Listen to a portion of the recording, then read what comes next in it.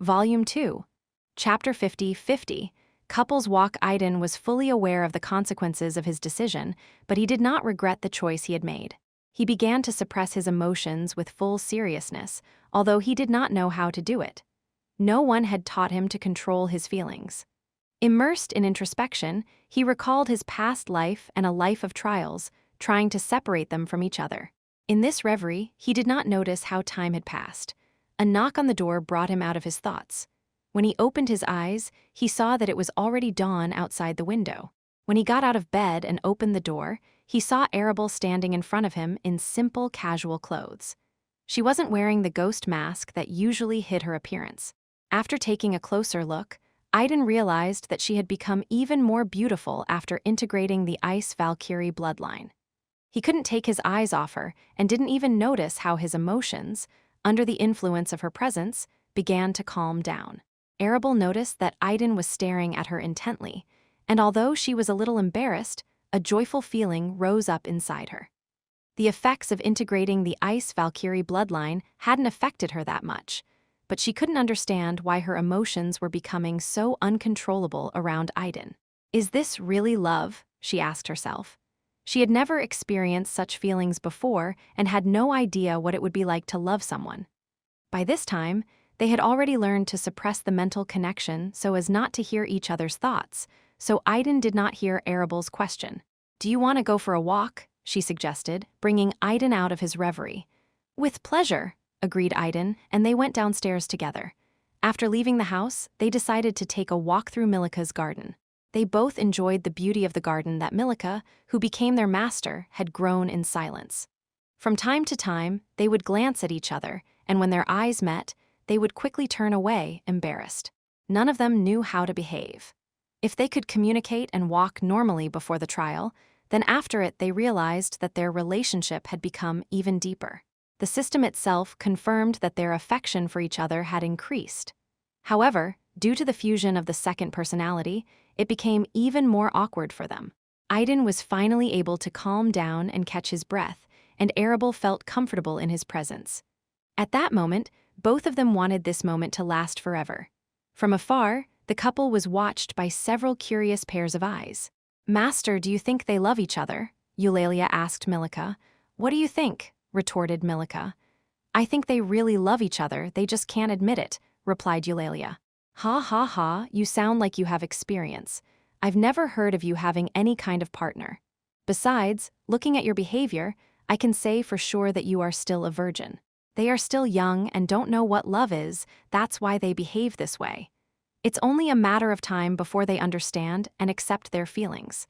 Compared to you, they are still children," Milika told Eulalia, embarrassing her. Of course, as an elf, Eulalia had long since passed 40, but she still looked 18. While Idan and Arabel were about 20 years old. And yes, as Milika noted, she still hasn't met someone she would choose as her partner. For an elf like her, it was quite normal. She was still considered very young. She still had a long and eventful life to live. Instead of standing here gossiping, go to the Adventurers Guild and find out how many of them have arrived in the city and who exactly. Collect as much information as you can, you will need it soon. I'm sure they must be going crazy from waiting by now." Eulalia heard Milika's instructions and, looking away from the couple, looked seriously at the city. She had already noticed that the atmosphere in the city had changed, and it was getting harder every day. "Master, is it really that serious?" she asked. "Yes, Limbo already knows about them, as do the locals. They cannot personally interfere in this matter, but they can attract outsiders from other cities. The arrival of so many outsiders in such a short time already shows how seriously Limbo takes them," Milika replied. "Well, let them try. We won't let them reach our juniors," Eulalia said confidently, and, following Milika's instructions, headed to the Adventurers Guild. After seeing off her senior student, Milika turned around and looked at Nemo, who was standing a little way away and attentively watching the couple. She knew that he hadn't missed a word of their conversation with Eulalia either, and she was sure he agreed with her conclusions. Milika was confident in the strength of these two. Eulalia was a powerful sorceress, and paired with Nemo, her power increased many times. Nemo, in addition to excellent swordsmanship, was also able to use more powerful spells thanks to the spirit of Izzy, whose power had increased significantly due to the influence of Idan and Arabel. The only thing she was worried about right now was the pair of Idan and Arabel. She couldn't tell exactly how strong they had become after what had happened to them, but she was determined to find out as soon as they finished their walk. So she waited patiently for them, watching the events unfold. Idan and Arabel spent some time enjoying a walk in each other's company. At that moment, nothing bothered them, and they only dreamed of prolonging this moment in harmony. Just being next to each other seemed like a cure for all the worries that plagued them. However, their idyll was interrupted by a sudden change within them. At the same time, Idan and Arabel felt something break inside them. Ding! The system has detected that the second seal has been lifted. The maximum possible level of the system has increased from level 20 to level 30. Skill level restrictions from level 2 to level 3 have been lifted. The system's voice rang out immediately after this change. The second seal? Idan wondered, and then remembered how the system had previously reported that their level had reached the maximum of level 20, and that the Ascension trial was unavailable due to the second seal. Now that this seal has been broken, the Ascension trial has become available. As Idan expected, the system immediately announced it. Ding! The system has discovered that the hosts have reached level 20 and the second Ascension trial is now available. No sooner had they completed the first trial than the system notified them of the second one. Idan and Arabel weren't sure what it would look like, and they weren't in a hurry to get through it. They had to first adapt to the new powers they had received and deal with the internal contradictions that were causing their personality instability. Hosts, removing the second seal indicates that more than a year has passed since you entered limbo in your world, and it has experienced its second calamity. What? They exclaimed at the same time, in disbelief. They had only been in this closed world for about 2 months, and the system claimed that more than a year had passed in their world. Chapter 51. Sudden discovery. The realization that more than a year had passed in their world destroyed the calm atmosphere around the couple. They finally realized how urgently they needed to find a way out of limbo. However, they weren't sure if they had the strength to overcome this path. While they were in a state of shock, Milika appeared next to them. She noticed their sudden change and decided to find out what had happened. After all, she had already become their master. But even Milika's appearance did not calm the couple down. The realization that they had been missing for more than a year was a great shock to them. They understood that they had loved ones who were waiting for their return, and this thought worried them. Most likely, due to their long absence, they would have been considered dead or missing. Arabel wasn't too worried about her family's opinion, but she was very worried about her younger brother. She knew her brother well and understood how much he was attached to her. She couldn't even imagine what would happen to him if he found out she was dead. Idan, like Arabel, was worried about his mother and sister. They have already lost many loved ones, and now there are only 3 of them left. Idan's prolonged absence could have had a major impact on the condition of his mother and sister. What happened? Asked Milika, noticing the worried faces of her disciples. Idan and Arabel came to their senses, looked at their master, and then, after exchanging glances, decided to share their feelings with her. Hearing what was bothering the couple, Milika sighed. She was only aware that they had come from another world and at the moment did not have more detailed knowledge about them. Calm down, Milika said. Worrying won't change anything. I think we have a lot to talk about. With that, she invited the couple into her office. Nemo soon joined them, also invited by Milika. Eulalia was still missing, as she was running errands for Milika. Entering the office, Milika made tea herself, and everyone quietly settled down at the table. Nemo, can you call Izzy and introduce her to Idan and Arabel? Milika asked Nemo. Immediately after these words, a large, brightly glowing ball appeared next to Nemo. The light coming from it was pulsing, and a warm and gentle breeze was blowing from it. When Idan and Arabel saw this ball of light, they felt a strange sense of closeness to it, which they could not explain. This is Izzy, the spirit who made a contract with Nemo. Milika introduced the ball of light as a spirit to Idan and Arabel. The couple watched the ball of light with surprise and interest. Soon, both of them simultaneously heard a voice in their head that sounded very similar to the voice of a little girl. Ah, I can finally introduce myself to them. How do I do this? Maybe through Nemo and the magic of telepathy? The voice was so excited and almost did not stop talking, not realizing that her voice was audible to the couple. Ding!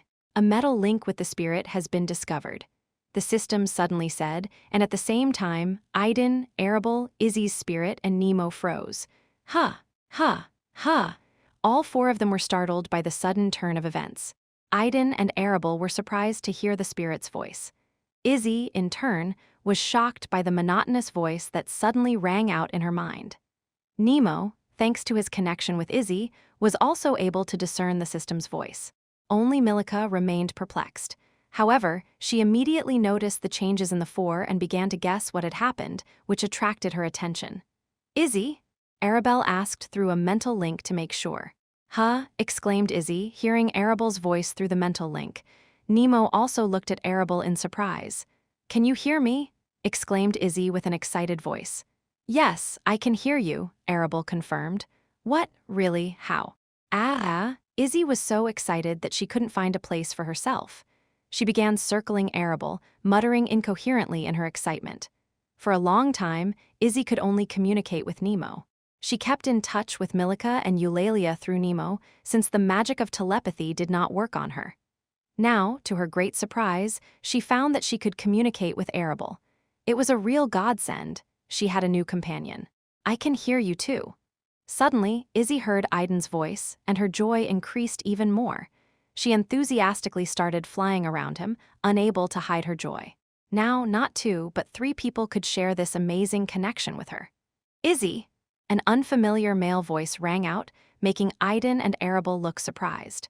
They immediately realized who the voice belonged to and looked at Nemo in surprise.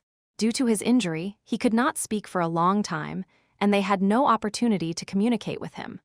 But now, thanks to their connection with Izzy's spirit, they were finally able to communicate with their savior and elder through a mental link, which greatly simplified their interaction. Nemo! Exclaimed Idan and Arabel at the same time, overwhelmed with joy at the opportunity to talk to each other. Nemo was also very surprised and couldn't believe what had happened. Due to his connection with Izzy, he was sensitive to magic, but all this time he did not notice its use. He couldn't understand why he and the couple were suddenly able to hear each other. He remembered the monotonous voice that suddenly rang out before they made contact. Nemo immediately assumed that it was this voice that played a key role in what happened. Interesting, said Milika's voice, attracting the attention of all four, and they looked at her in surprise. Just like the last time Idan and Arabel communicated with her, Milika seemed to be able to read people's minds just by looking at them. Can you communicate through a mental link? She asked to make sure of her guess. Yes. Idan, me, Nemo, and Izzy, all four of us can communicate in this way, Arabel replied. Arabel's words not only confirmed Milika's guess, but also increased her excitement. Will you be able to establish this connection with me? She asked. Idan and Arabel were surprised by her question. They themselves did not understand how they managed to establish a mental link with Izzy. Hosts, the spirit was able to establish a mental link without the help of this system, due to the fact that it absorbed the energies of the bloodline during your ascension trial and established a kind of parental bond with you. A person named Nemo gained access to a mental link due to his connection with the spirit. The system, as always, came to the rescue and explained this to the couple while excluding Nemo and Izzy. So that's how it works, exclaimed Idan. So, you can establish a mental link with the master? Arabel asked after listening to the system's explanation. Yes, host. With your permission, the system can create a temporary mental link with any creature. However, the system strongly recommends not to disclose the existence of the system to residents of another world for no particular reason. This opportunity made the couple incredibly happy, and they happily agreed to establish a mental link with Milika.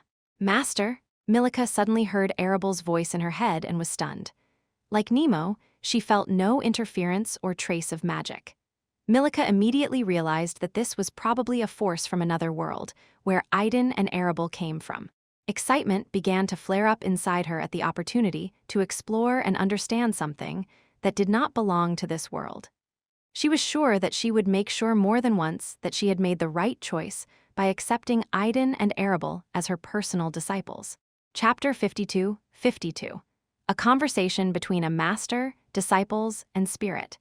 Milika was overjoyed when she was finally able to establish a mental link with her disciples and spirit. It was with great pleasure that she heard Izzy's voice, and it was a real miracle. Now they could communicate freely with each other without experiencing any difficulties. Milika's goal at this meeting was to communicate with the disciples, especially with Idan and Arabel. She was eager to learn more about them and at the same time share the necessary information about her world. The conversation began easily and casually.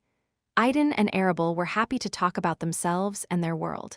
However, before starting their story, they asked the system if they were allowed to share their knowledge with the inhabitants of another world. The system replied that there were no prohibitions, but recommended that you refrain from talking about the system itself. Milika, Nemo, and Izzy listened with great interest to the story of the world of Idan and Arabel. They were very surprised to learn that there were no other intelligent beings in their world except humans, and that, until recently, all humans and creatures were mortal and lived for less than 100 years. In the middle of the conversation, they were joined by Eulalia, who returned after completing Milika's instructions. She was pleasantly surprised by the meeting that the others had arranged. Idan and Arabel quickly established a mental link with her, and now all the participants, the master, her disciples, and one spirit, could communicate in full. The story of the world the couple came from fascinated the others. They never stopped being amazed, and each of them had a desire to see this world with their own eyes. Idan and Arabel briefly explained that their world began to change after it faced disaster. In their world, the so-called awakened ones began to appear, who somehow get into this world. The couple also said that the inhabitants of their world had received a revelation that salvation lay in the world of Milika and the others. At the end of their story, they mentioned that a year has passed since the beginning of changes in their world. They were not among the first awakened, but Arabel's younger brother and Idana's older sister were able to enter this world and return. Idan and Arabel themselves became awakened a year after the disaster, when a strange force awakened in them, binding them. And that before that, they didn't even know about each other's existence. Milika and the others finally understood why the couple was acting so strangely when it came to their relationship. Their awkwardness was caused by the force that bound them, and they were trying to get used to and learn about each other. That's how they were both transported to this world. But something went wrong, and instead of entering the outside world like everyone else, they both ended up inside limbo in the forest of doppelgangers, where in the first days of their arrival they almost died at the hands of their doppelgangers and were saved by Nemo.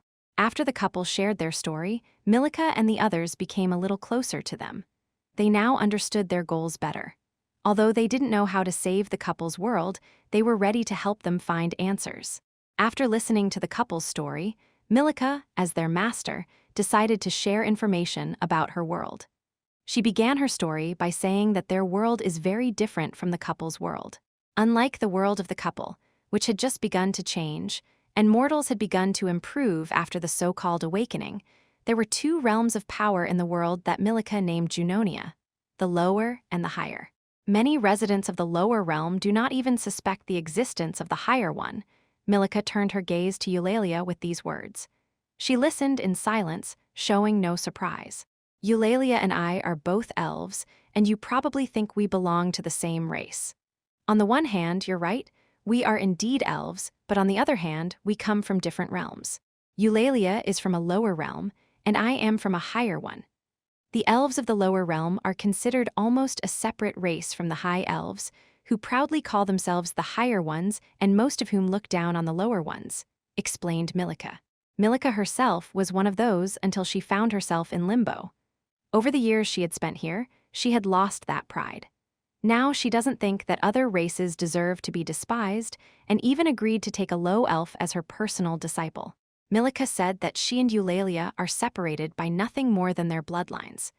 Eulalia was born among the low elves, inheriting the corresponding bloodline from them. Milika, on the other hand, was born into a high elf family and inherited the bloodline of her people. To help them better understand this difference, Milica introduced the classification of path of bloodline ranks that exists in both realms. Lower realm: rank 0, iron rank 1, bronze rank 2, silver rank 3, golden rank 4, platinum rank 5, diamond. Higher realm: rank 6, rare rank 7, epic rank 8, legendary rank 9, the mythical rank 10, ancient at the moment. Eulalia's bloodline has reached the platinum rank in the lower realm. And although she makes efforts to improve her bloodline, her belonging to a lower realm means that she will not be able to reach a higher rank than diamond. While Milica was born in the higher realm, her bloodline was of the lower realm. She possessed the strength inherent in the iron rank and quickly moved up the steps, easily overcoming the diamond rank and reaching the highest realm. This difference between low elves and high elves is especially noticeable. Those who were born in the higher realms have no restrictions on moving from the lowest rank to the highest. Before entering Limbo, Milica's bloodline had reached the epic rank of the highest realm. However, there is a special rule in Limbo that suppresses all forces to the level of the lower realm. Because of this, Milica's current strength corresponds to the ceiling of the lower realm, and her abilities related to the higher realm are sealed, and she cannot use them. Precisely because Milica's original bloodline rank was epic, Limbo cannot absorb her, and she can help others avoid being absorbed by Limbo. Chapter 53:53. More information about Junonia, after Milica explained about the path of bloodline rank. Idan and Arabel remembered that their bloodlines of Alpha Fire and Ice Valkyrie are currently at the golden rank. They were curious to see how their strength would change before and after the transformation compared to path of bloodline. Hosts, your current strength, which corresponds to the 20th level of the system, compared to the path of bloodline, approximately corresponds to the peak of the silver rank. After successfully passing the ascension trial, you will be able to reach the golden rank. However, after the transformation of the bloodline, your strength will increase by about one stage and reach the peak of the gold rank, and when using the unique skill of transferring stats, it can rise another stage, moving to the platinum rank. As always, the system immediately came to the rescue and analyzed what she heard, ahead of their questions. Silver, gold, and platinum, 3 stages at once, exclaimed Idan, not hiding his surprise. Arabel was also amazed by the rough estimate of the system. The others also noticed the unexpected change in the couple's behavior, but did not ask any questions. Milica continued her story. She reported that Eulalia's bloodline has currently reached the platinum rank, and Nemo's strength, according to Milica's rough calculations, is at the peak of the gold rank. If Nemo uses Izzy's newly acquired power, then his strength will probably be comparable to the platinum rank. After comparing Nemo's strength to the path of bloodline rank, Milica immediately moved on to another path that the people of Junonia choose. This path is commonly referred to as the path of mastery. Not all residents of Junonia possess a bloodline capable of helping them reach higher realms. For such creatures, the path of mastery becomes a life-saving way out. This is the general name of the path, which includes many areas of cultivation, such as path of magic, path of sword, path of bow, and many others. Milica quickly introduced the couple to the ranks in path of mastery, using path of sword as an example, comparing it to the rank in path of bloodline. The lower realm rank 0, iron mortal rank 1, bronze sword follower rank 2, silver sword disciple rank 3, golden sword elite disciple rank 4, platinum swordsman rank 5, diamond elite swordsman, the higher realm rank 6, rare sword expert rank 7, epic sword elite expert rank 8, legendary sword master rank 9, the mythical sword grandmaster rank 10, ancient sword saint according to Milica. Nemo's rank in path of sword corresponds to the peak sword elite disciple. It was only after Milica's words that they realized that Nemo had no magical abilities at all. Throughout the time, the magic Nemo used came from Izzy. She was the one who read and used the spells, and Nemo, thanks to his connection with Izzy, could use her spells as his own. This, of course, surprised Idan and Arabel very much. They also knew that Nemo was a descendant of a superior race, but his bloodline was sealed, and he was unable to evolve along the path of bloodline yet. They could only guess at what kind of bloodline he had. Milica explained to the couple that following the path of mastery is more difficult than following the path of bloodline. However, for many, this is the only way, and many are stuck in the lower realm, unable to break through to the higher one. Many practitioners of Path of Bloodline practice Path of Mastery at the same time.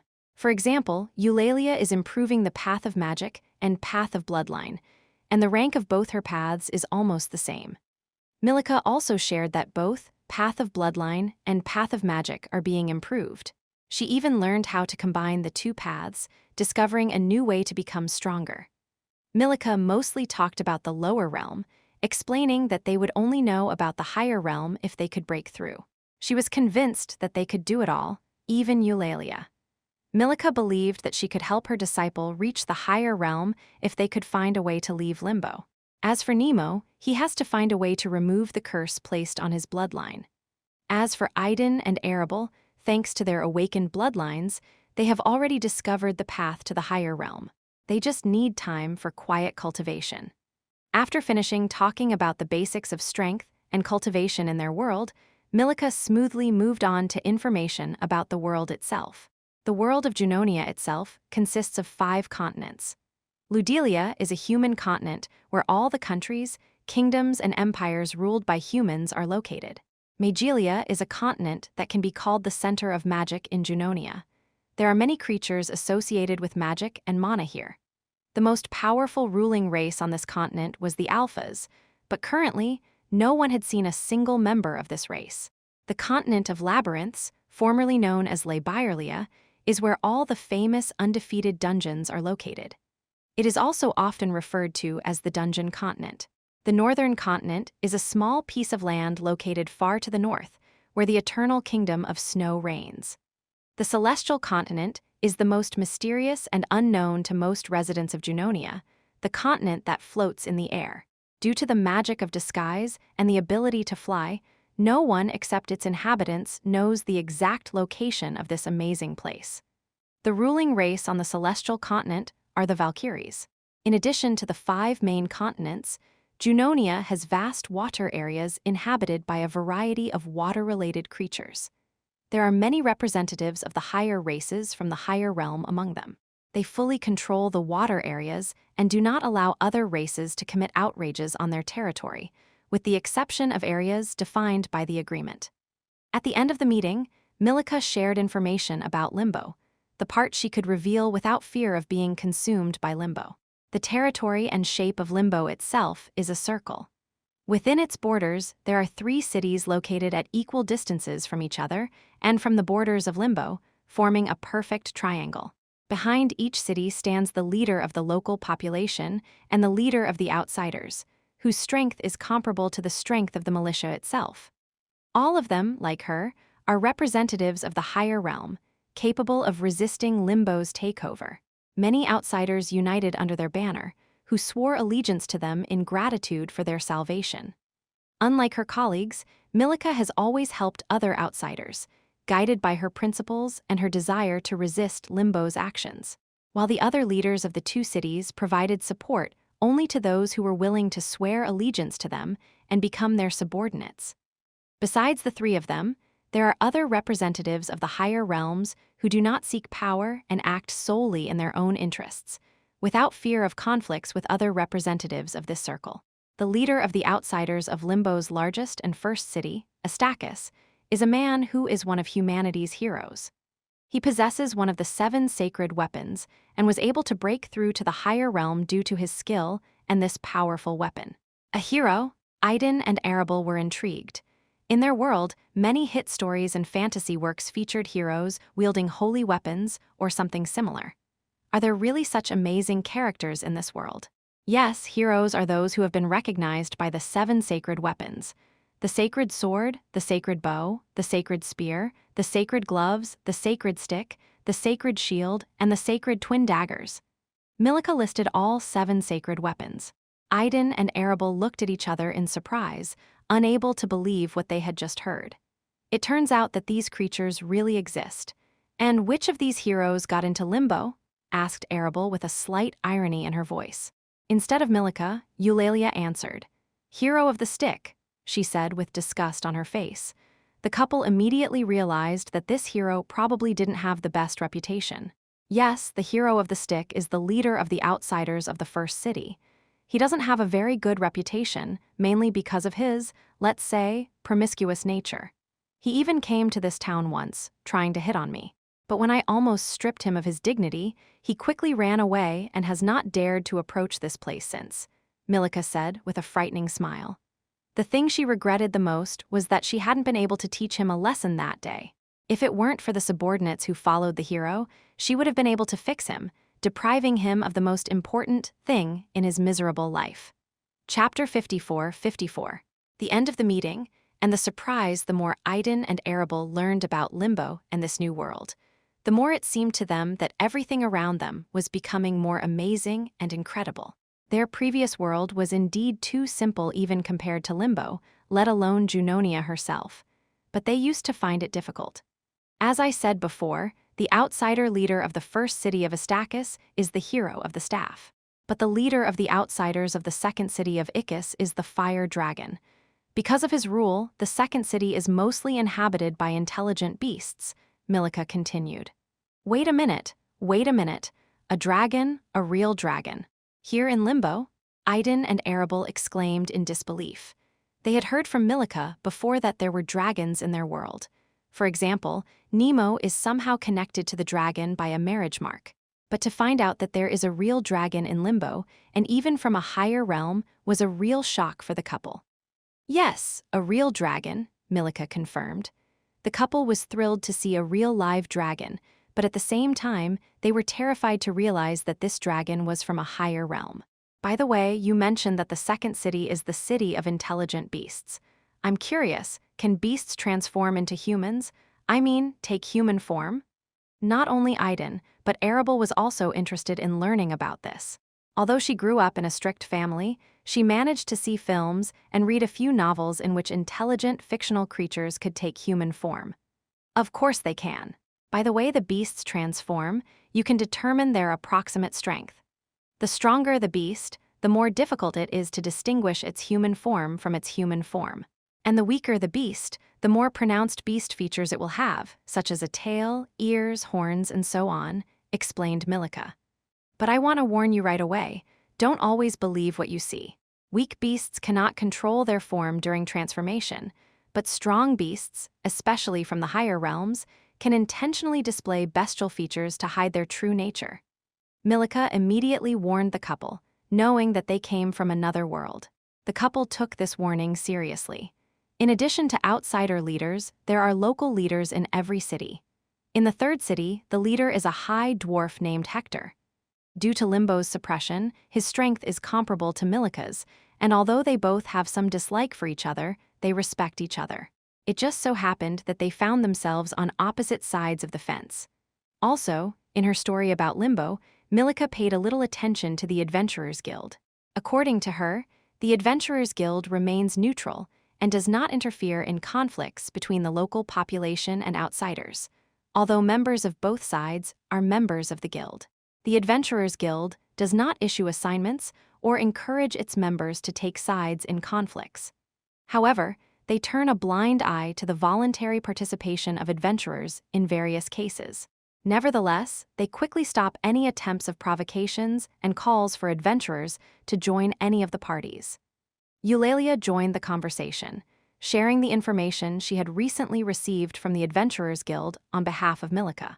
According to the data provided by the guild, about 50 new outsiders have arrived in the city over the past month. Most of them have a gold rank, but there are also a few platinum and even a couple of diamond ones. These are just the ones the guild knows about. We must also consider those who entered the city secretly. Believe me, there are many ways to avoid the guild's surveillance, and most of those who are capable of such a thing will be at least of the platinum rank, Milika added after Eulalia shared her discoveries.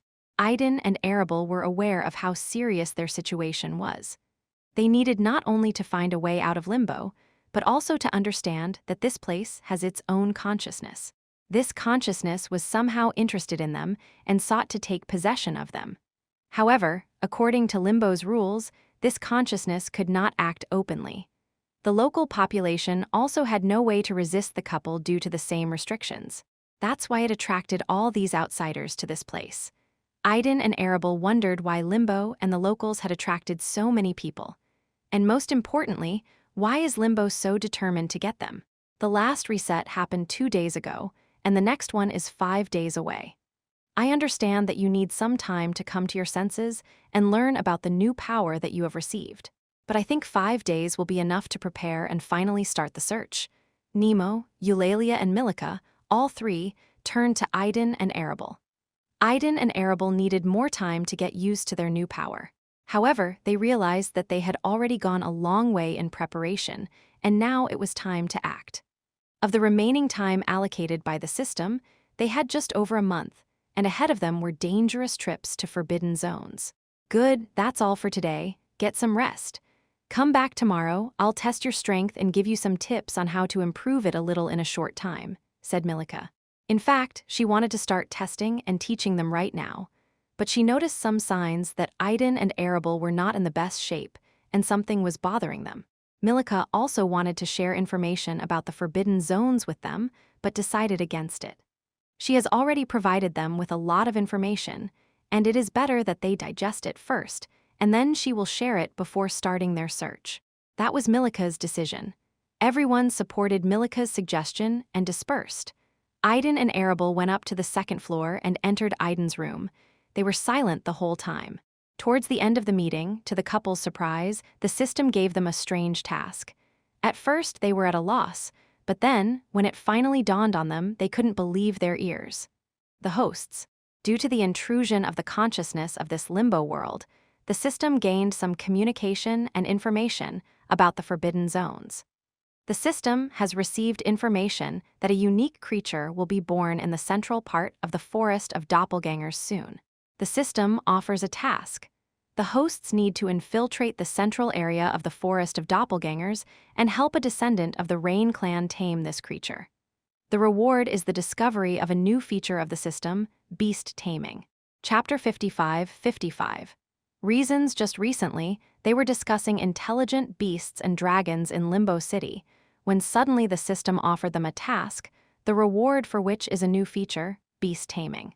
Was it just a coincidence, or is the system selectively assigning tasks based on their current research? It's especially strange that they have to help Nemo tame this unique creature instead of taking him in. Currently, the hosts don't have the ability to tame the beast. Only after the new feature is opened will the hosts have the opportunity to tame the beasts. And to open this function, it is necessary to fulfill the requirements for unlocking a new function. Once again, the system came to the rescue, reading the thoughts of its hosts. Now they have a fourth active task, and almost all of them are related to Nemo. Is Nemo really that important? Muttered Idan. Arabel heard him clearly and also thought about it. Of all the active tasks, the very first and last, whose deadline was inexorably coming to an end, was to find a way out of Limbo. They received the second and third tasks at the same time, and both were part of the chain of the world quest, which was related to Nemo. The first task of this quest required somehow making Nemo your champion. The second task was to help Nemo, his champion, get the key and a clue leading to one of the 5 thrones of the World Kings. What are these thrones of World Kings? Idan and Arabel were still in the dark. They wanted to ask Milica, but decided against it. Now that they were alone, they had time to discuss it with each other. Do you think this throne of the World King somehow makes Nemo so important in the eyes of the system? Arabel asked after some thought. Most likely, Idan agreed. He also had some suspicions about this. It seems to me that all these dungeons and Limbo have something to do with the throne of the World King, Idan suggested. Arabel looked up from her thoughts and looked at Idan, waiting for him to explain his thoughts. Think about it. From everything we've heard, we can draw a definite conclusion. Limbo is connected to the dungeons from the outside world, which are located on the continent of labyrinths. And the same rules apply in these dungeons as in Limbo. Those who didn't manage to leave the dungeons before the reset end up here in Limbo. Idan Arabel began to explain, trying to piece together everything he had learned. Arabel agreed with these conclusions because she had no way to refute or supplement them. This raises the question, how did such a strong personality as Milica end up in Limbo? Did such thoughts occur to you when you listened to her story? Asked Idan, and Arabel's expression immediately changed. He was right. She also had similar questions, but she did not dare to ask about it. Without a doubt, she ended up in the dungeon when it swallowed her up. The question arises, what was such a strong personality from the higher realm doing in a place where powers are limited to the lower realm? This question still worried Idan. Not only Milika, but also other representatives of the higher realm who are in limbo. What attracts such strong people to the dungeon? It's not just a desire to conquer an unknown dungeon, is it? The throne of the world king? Arabel asked, combining all of Idan's thoughts and realizing what he was driving at. I am more than sure that this is the reason why all these people are risking their lives by descending into the dungeons in droves. And by the way, even such strong personalities end up in limbo. You can judge serious competition, Idan said with all seriousness. I can't believe that powerful beings like Milika could voluntarily go into a dungeon to be devoured. According to Milika and Eulalia, we know that none of those who were swallowed up by the dungeon have returned. Why do you think these people couldn't get out of it in time? Asked Idan.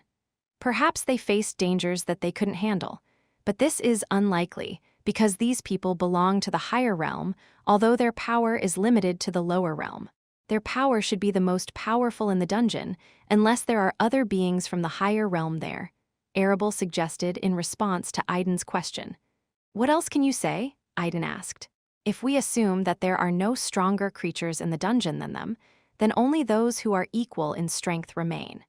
Competition, enemies, and other individuals who deliberately attack and prevent them from leaving the dungeon until the next reset. You can add traps, betrayal of your own, and other similar things to this, is all Arabel could come up with. Yes, I don't see any other options either. Except for those who, like madmen, voluntarily allow themselves to be consumed by the dungeon.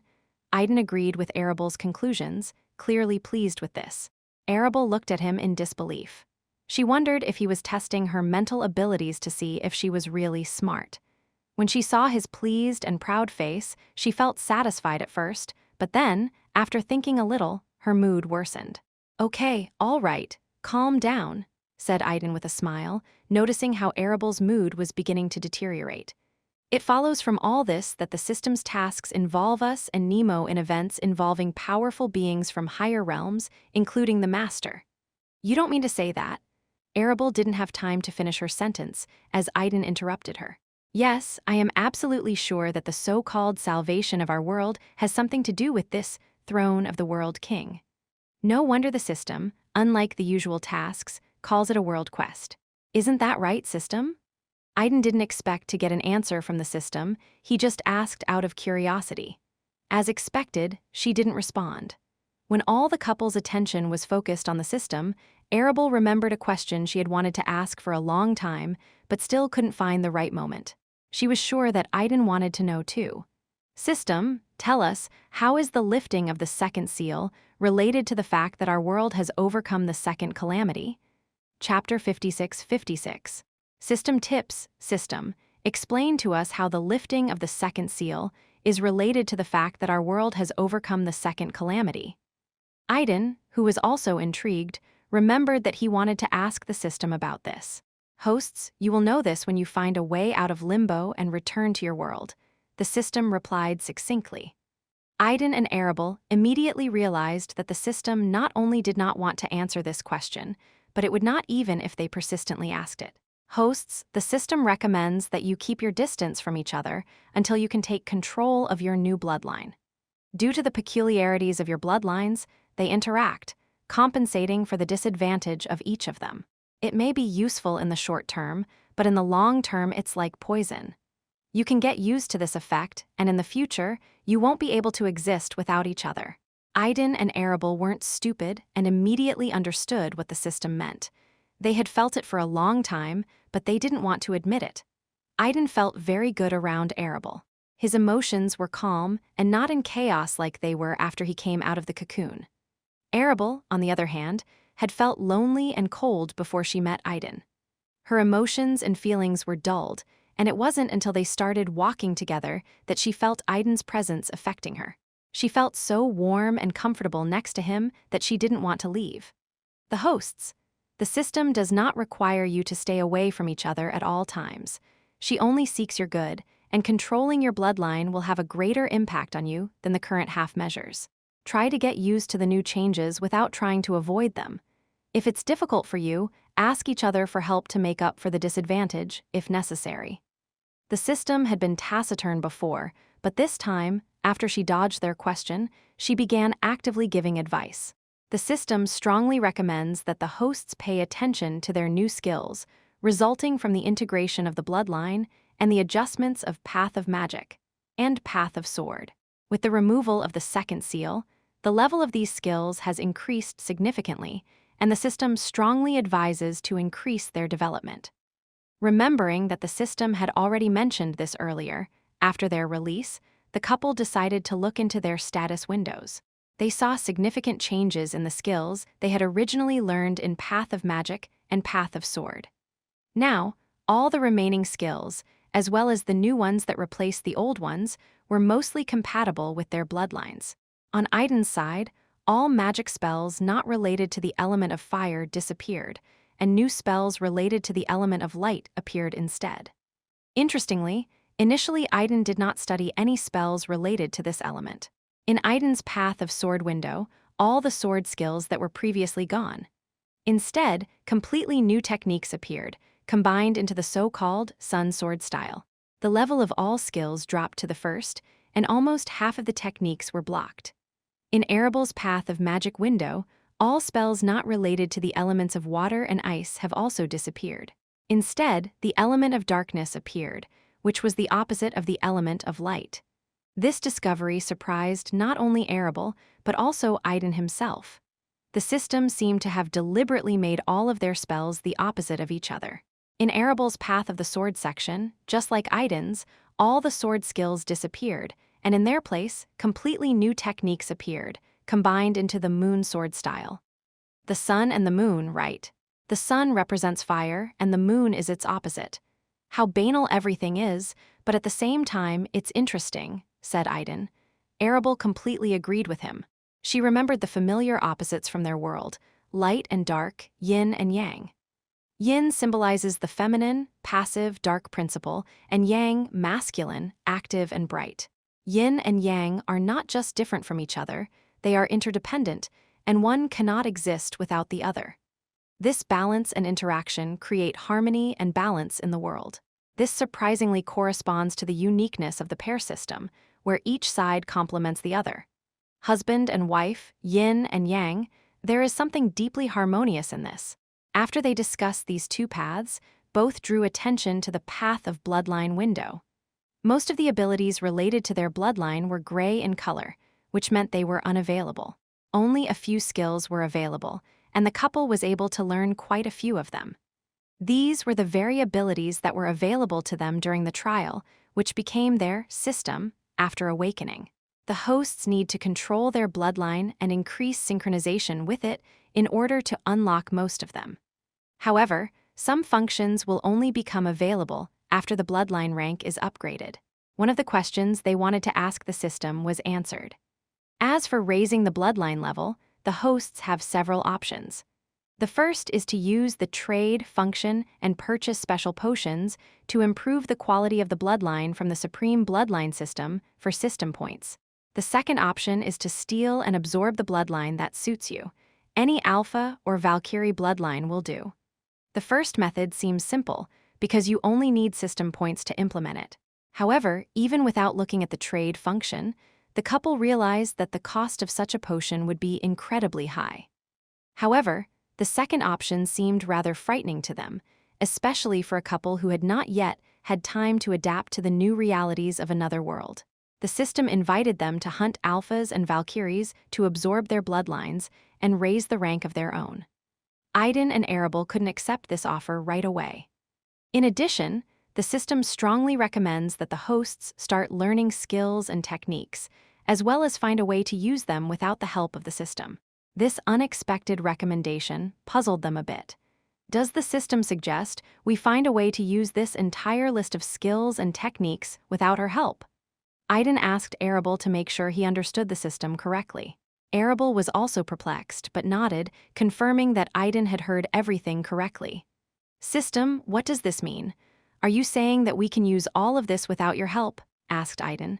"Yes, you're right, host. After the system failed you last time, it has learned its lesson." She did not take into account and did not warn you that the world is huge and there are many beings and forces in it that can suppress the influence and power of the system. The hosts will face situations more than once in the future when the system becomes unavailable. To prevent such cases, when they almost died because of its inaccessibility, the system recommends mastering all the skills and abilities that it provides, regardless of itself. Although the system's words were shocking, they made sense if one looked at the situation from that perspective. They remembered well the moment when they couldn't use the system's help when they met their doppelgangers. If this happens again and they lose contact with the system, they will find themselves in a similar situation again. To avoid such a situation, the system not only offers a solution, but also makes it clear to the couple that they can master all the necessary skills and use them even when the system is not available. It changes everything. Realizing this, the couple decided that they would look for ways to learn everything they needed without the help of the system, and also try to take control of their bloodlines. Chapter 57. The result of haste. After talking to each other and the system, the couple decided to follow the latter's advice and take control of their bloodlines. However, as it turned out, it wasn't as easy as they expected. They spent the rest of that day apart from each other.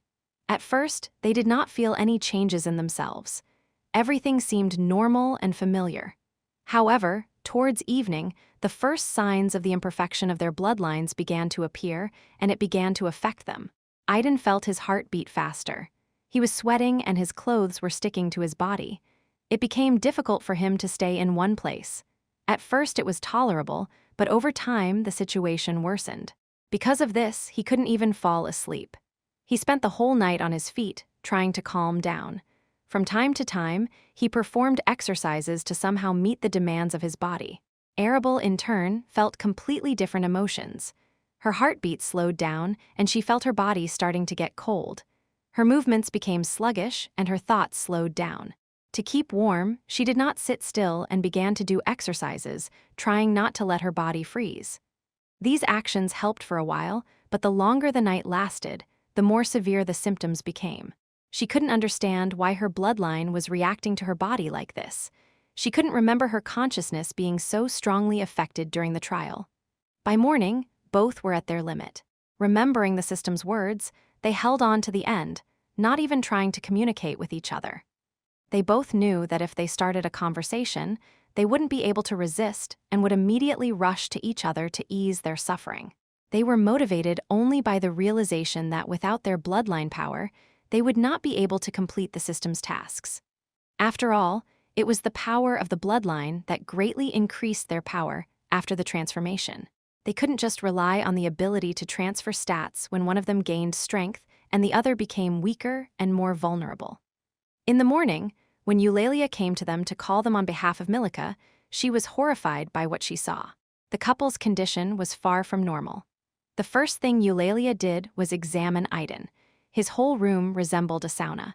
The temperature inside was so high that Eulalia could hardly breathe.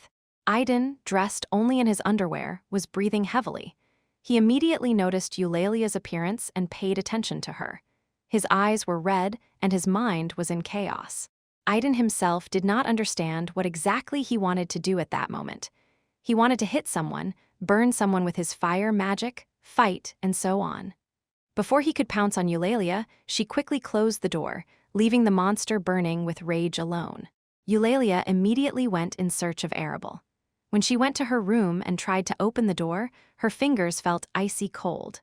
Ordinary actions didn't help, and it wasn't until she exerted all her strength that the door gave way. A completely different picture appeared before her eyes. Arabel's entire room was frozen. Unlike Idan's room, where it was unbearably hot, there was a piercing chill that sent goosebumps down Eulalia's skin. Arabel herself sat motionless in the center of the room, like a statue. Eulalia could not determine if she was alive, as she could not detect the slightest sign of breathing. Realizing the gravity of the situation, she quickly closed the door to Arabel's room and rushed to find her master. Soon, 3 people were standing in front of Idan's room. Eulalia quickly found Milica and informed her about the couple's strange condition.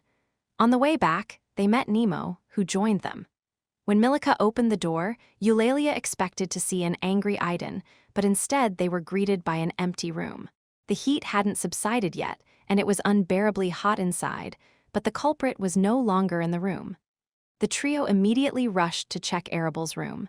When they arrived, they saw the door ajar, with steam coming out. All three of them had a strange expression on their faces, and each of them was thinking about his own thing at that moment. When they opened the door, they saw that the entire room was filled with steam. There were two people sitting in the center of the room. Immediately after Eulalia left, Idan couldn't take it anymore and immediately went to look for Arabel. The system did not forbid them to contact each other if necessary. Idan knew he couldn't take it anymore. When Idan reached Arabel's room, he, like Eulalia, had difficulty opening the door. Soon after Eulalia left, new ice fragments appeared in the room, sealing it. Once inside, Idan didn't even bother to close the door. His gaze immediately landed on Arabel, who was sitting in the center of the room like a beautiful statue, oblivious to his presence. Idan was amazed. Even without the transformation, powerful waves of the ice element emanated from her. The tips of her long red hair had turned slightly white, but she was generally in her human form. She was wrapped in a large white scarf that rustled softly, as if it had its own consciousness. Something inside Idan drew him to her, and he did not resist it. He quickly walked over to her and sat down next to her. A few seconds later, Arabel, who was sitting with her eyes closed, opened them slightly and saw Idan. At this time, her mind seemed to be drowning in darkness. She couldn't clearly distinguish who exactly was crouching next to her. All that remained in her thoughts was the warmth radiating from this man. Like Idan, something inside her was drawn to him. She slowly touched his body, and at the same moment, a wave of warmth spread throughout her body, which finally relieved her severe condition. Her mind began to clear, and she recognized Idan, who was sitting next to her. Realizing this, she did not ask any questions, but immediately rushed to him and hugged him tightly. The warmth radiating from his body seemed to be the only source of light in the cold and empty valley. She held onto him so tightly, as if her life depended on it. At that moment, Idan felt something completely different. The cold from Arabel's body was like a refreshing drink of water in a hot desert. And when she hugged him and pressed her body against his, Idan couldn't help but moan with pleasure. He couldn't describe what he was experiencing right now. She was his salvation, just as he was her salvation. Finally, Idan was able to calm his raging emotions and close his eyes. His mind went blank and he fell asleep. At this time, Arabel, like a koala, hugged him from behind, closing her eyes. From the collision of heat and cold, the room began to fill with steam. It was this picture that the trio saw when they opened the door of the room. Chapter 58:58. Explanation. Unlike Eulalia, Milica could tell at a glance what had happened to the couple. She sighed heavily and asked her students to keep an eye on them and let them know when they came to their senses. After that, Milica returned to her office. Nemo watched the couple with interest, and then, leaving Eulalia alone, he also left. Noticing that she was alone, Eulalia just sighed and decided to watch the couple by sitting down next to them. Closer to lunch, less than half a day later, the couple came to their senses. Their condition wasn't perfect, but it wasn't as bad as it had been in the morning. Idan opened his eyes, and the first thing he saw was Arabel, who was still hugging him tightly, not letting him move. By this time, her condition had also improved. Her body temperature was no longer so low, and her breathing and heartbeat returned to normal. She was snoring softly, hugging him, and Idan was afraid to even move so as not to wake her up. Lifting his head, he noticed Eulalia, who was sitting nearby with her eyes closed. Idan immediately realized that she was looking out for them. Although his mind was still in chaos in the morning, he still remembered how Eulalia had visited him, and it was after her visit that he couldn't stand it and decided to come to Arabel. Idan closed his eyes and began to recall what had happened to him. He realized that they had both underestimated the complexity of the situation. They were too optimistic, not imagining how difficult it could be. The fact that they thought they had already mastered this bloodline in the trial and could easily deal with it turned out to be just a joke. Idan decided to give Arabel time to recover on her own, without outside help. He sat for about an hour until he noticed the first signs that she was starting to wake up. Unlike Idan, Arabel remembered everything very vaguely.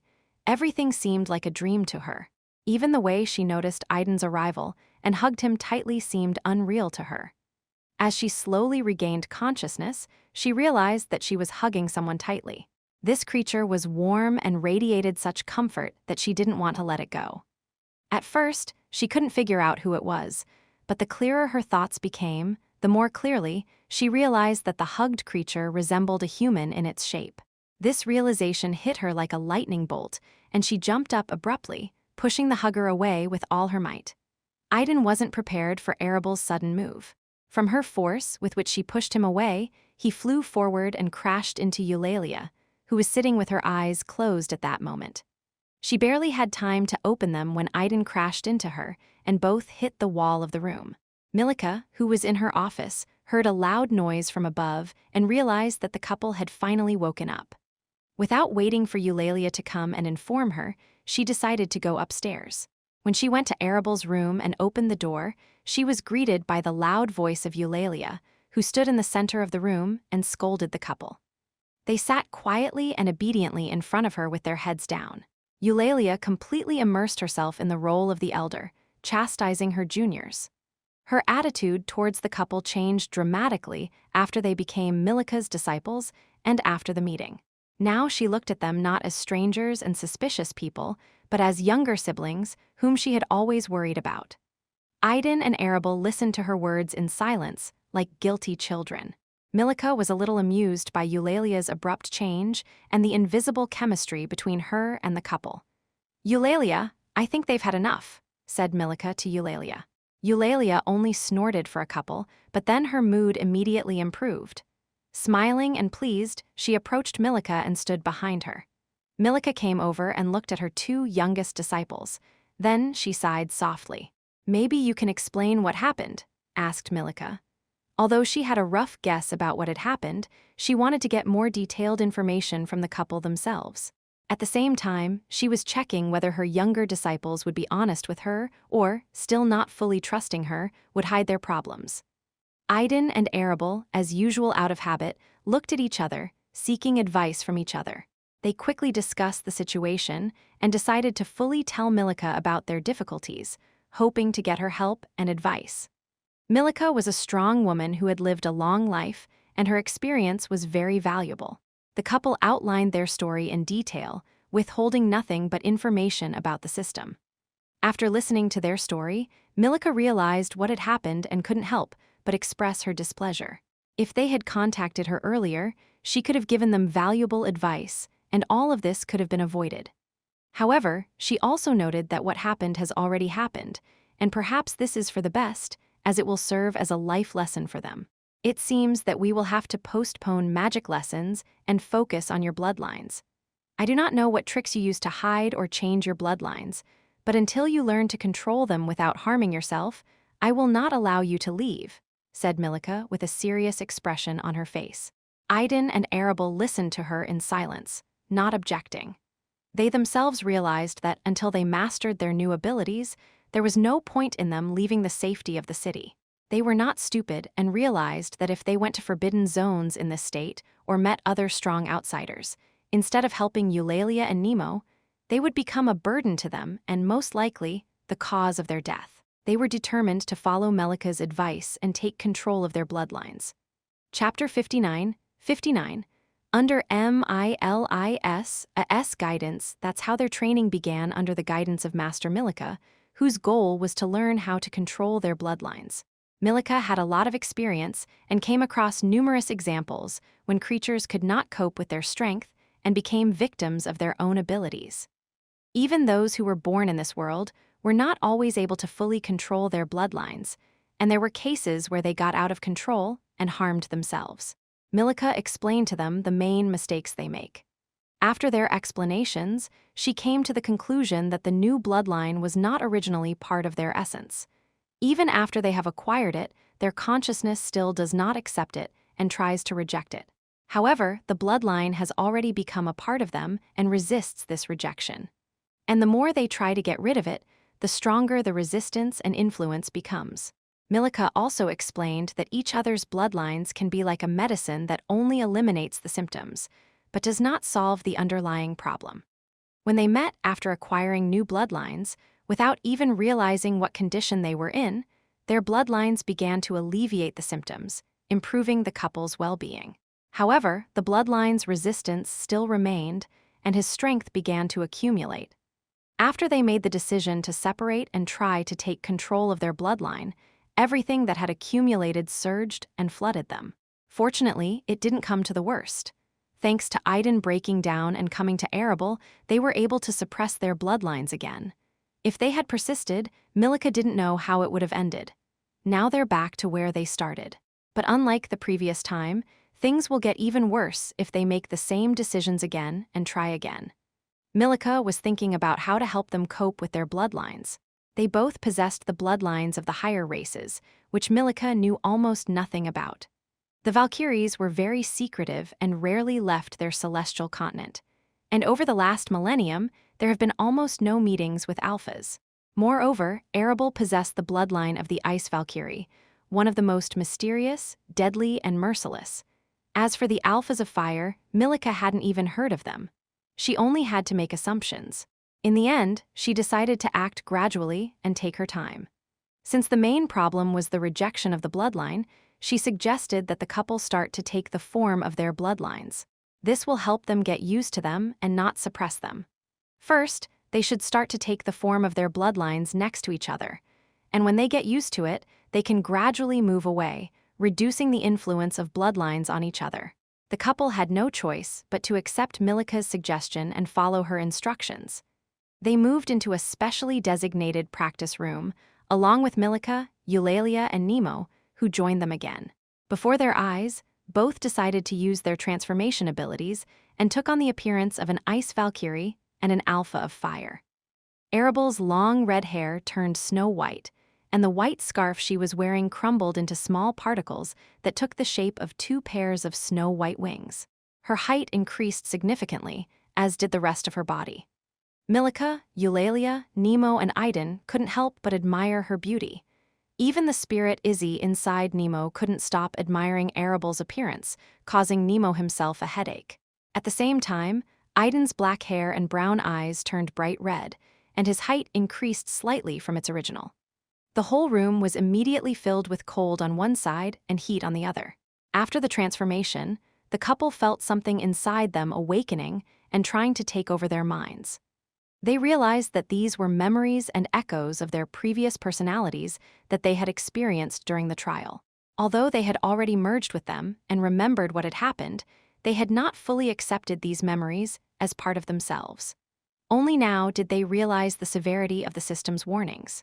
If they can't handle it, these memories and echoes can gain their own consciousness and start fighting for ownership of their body.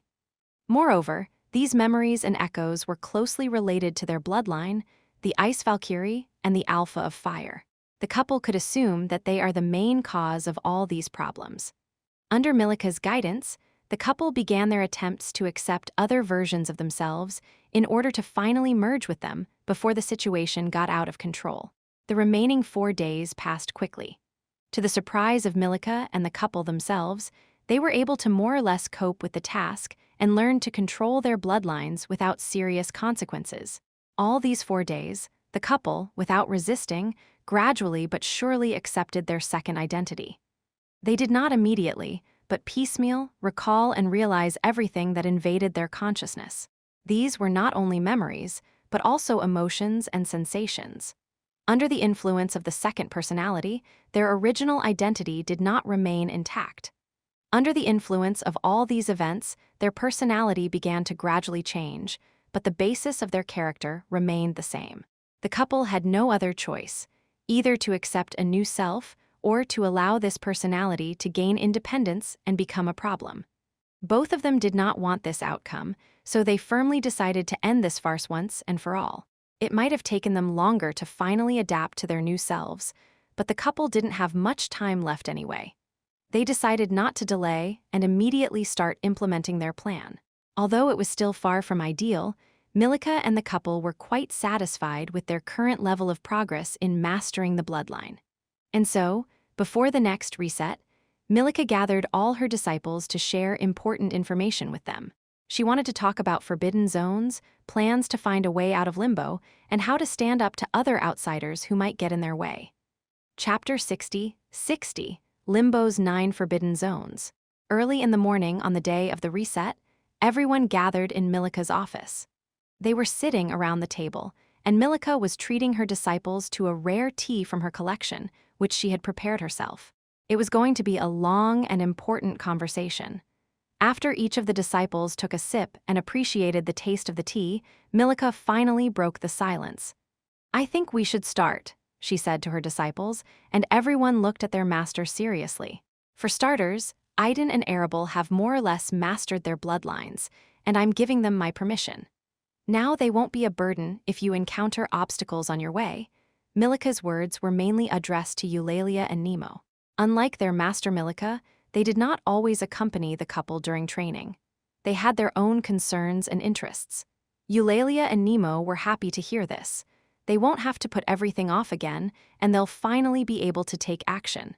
Let's start with the main question, how to leave limbo. But before we delve into this topic, let's first figure out what limbo itself is. Milika asked her disciples.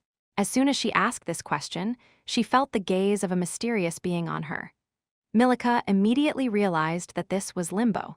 She and Limbo had a deal where Milika wasn't supposed to share Limbo's secrets. Otherwise, Limbo had every right to devour her.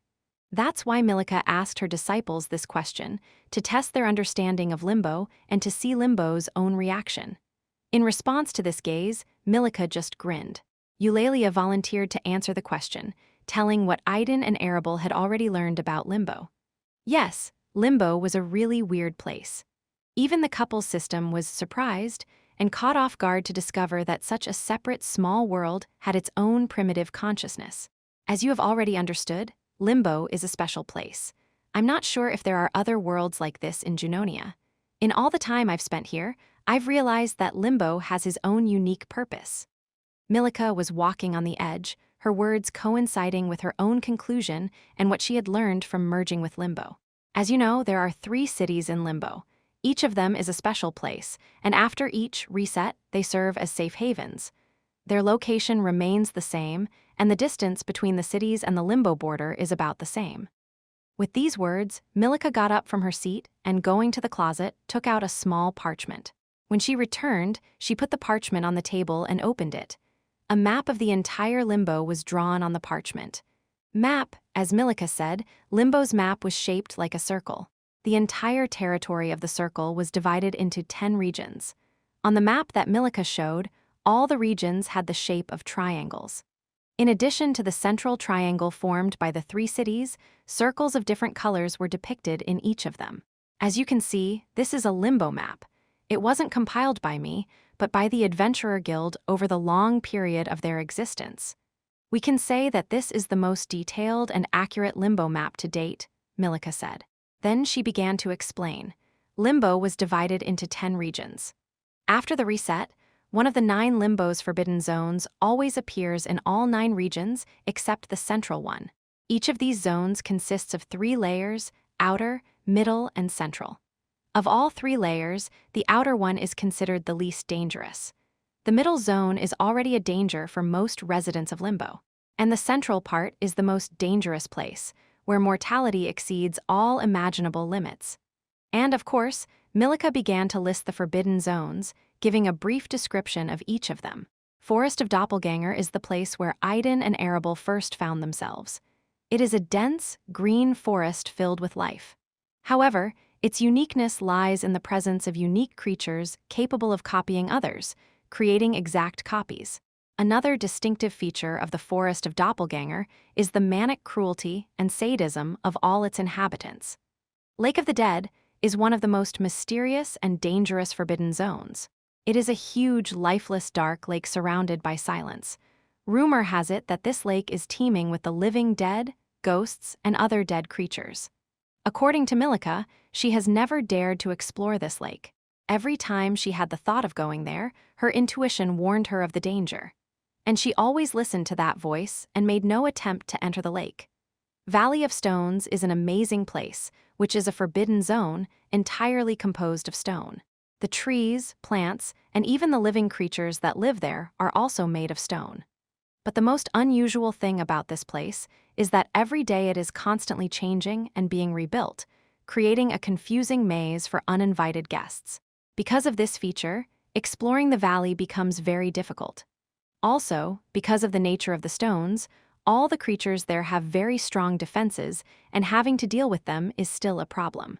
Caves of Insect Swarm is a huge formation consisting of many tunnels teeming with scary and huge insects. This is another place where Milica did not dare to go because of her fear of huge insects. Ice Caves is a mysterious place resembling a huge piece of ice, inside of which an ice maze stretches. It's easy to get lost in this maze due to its monotonous icy environment. The danger lies in the extreme cold prevailing in this place, as well as in the multitude of strong monsters with icy abilities.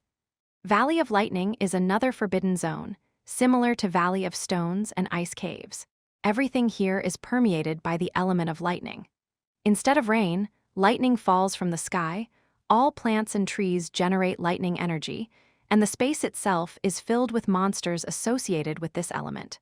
River Maze is one of the strangest, most confusing, and dangerous forbidden zones. It is an artery and veins consisting of many rivers that flow into the central part. It is very difficult to explain the logic of this place. Where do the rivers originate from, and what forces push the current into the central part? To reach the central part, you need to swim through a maze of rivers teeming with water monsters, which from time to time will violently attack all intruders. Lava Lake is a huge lake filled with lava instead of water. Unlike the Lake of the Dead, Lava Lake has several trails that lead to its central part. However, it will not be easy to overcome this path due to the extremely high temperature and fiery monsters that attack, emerging from the lava. Wind Cliffs is the last of the 9 forbidden zones. It consists of many small flying islands connected by a web of ropes that stretch high into the sky, flying away from the ground. The central part of this zone is located on the highest island, and to reach it, you need to climb ropes, moving from island to island. The main difficulty of this route is the strong winds, which become stronger as they approach the central island. In addition, flying monsters nest on these islands, which will not welcome guests. Milica introduced all 9 forbidden zones and said that she had explored them all, with the exception of Lake of the Dead and Caves of Insect Swarm. And only in half of these zones did she manage to reach their central areas, which surprised her disciples a lot. If their powerful master couldn't reach the central part of these forbidden zones, then how could they do what she couldn't? The 4 of them were just speechless at this time. Chapter 61. Temple's Milica couldn't help but smile as she watched the expressions on her disciples' faces. Her 4 disciples didn't know what to say. Each of the aforementioned forbidden zones seemed insurmountable to them, and each one seemed more absurd than the previous one. Who or what created these dangerous places? Calm down, it's not as bad as you think, Milica finally said, having thoroughly enjoyed the reaction of her disciples. You should have noticed the specifics of each zone by now. There are places among them that fully correspond to a certain element. Valley of Stones is the land, Ice Caves is ice, Valley of Lightning is lightning, River Maze is water, Lava Lake is a fire, Wind Cliffs is the wind. As Milica said, they really noticed this pattern. Only 3 zones were not associated with any element: Forest of Doppelganger, Lake of the Dead, and Caves of Insect Swarm. Over the years of the Adventurer Guild's existence, and thanks to the efforts of many outsiders who were desperately looking for a way out, many patterns have been revealed. I myself have made a significant contribution to this cause. At the moment, most of the forbidden zones have been more or less studied, Milica continued. Then she turned her gaze to Eulalia. I asked you to explore the forbidden zones without going into their central part so that you would acquire practical skills and be ready for today, she said. Eulalia was under Milica's leadership the longest, and they shared information about some of the forbidden zones that appear near the 3rd city. That's where Milica sent her for research. Eulalia had already realized that her master had been preparing for today for a long time. She didn't give up, and all this time she was waiting for the right people. Realizing this, she glanced at her 3 younger companions. The first was Nemo.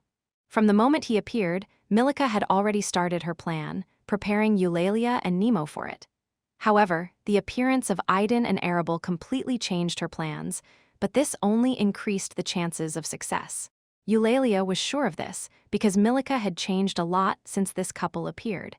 Even Nemo's appearance didn't have the same effect on her as this couple. The main patterns are as follows. With each reset, the location of the forbidden zones changes, as does their internal structure. Therefore, it becomes more and more difficult to study them, as the paths and terrain that you already know become irrelevant. And the most important rule that applies inside the forbidden zones is the rule of the strongest. Simply put, the rank of all monsters and creatures will not exceed the rank of the strongest creature that has entered the forbidden zone. Milika paused for the disciples to understand what she had said. Seeing how their expressions changed in turn, she continued. Yes, I think you understand what I mean. If the 4 of you enter one of the forbidden zones, the rank of the strongest creature inside that zone will be limited to the rank equal to the strongest of your group. And this will correspond to Eulalia's platinum rank. That was a completely different conversation. If Milika's words were true, then they had at least some chance. Don't worry, not all the creatures inside will be platinum ranked. Only the strongest will match the rank of the strongest candidate. The rest will be 1 or 2 stages lower. Candidate? Idan immediately caught this phrase in Milika's words. Yes, candidate. The Adventurers Guild, and everyone who tried to explore the forbidden zones, came to the conclusion that they were not created by nature, but artificially. Their characteristics are very similar to the test areas. I've come to the same conclusion myself after many attempts.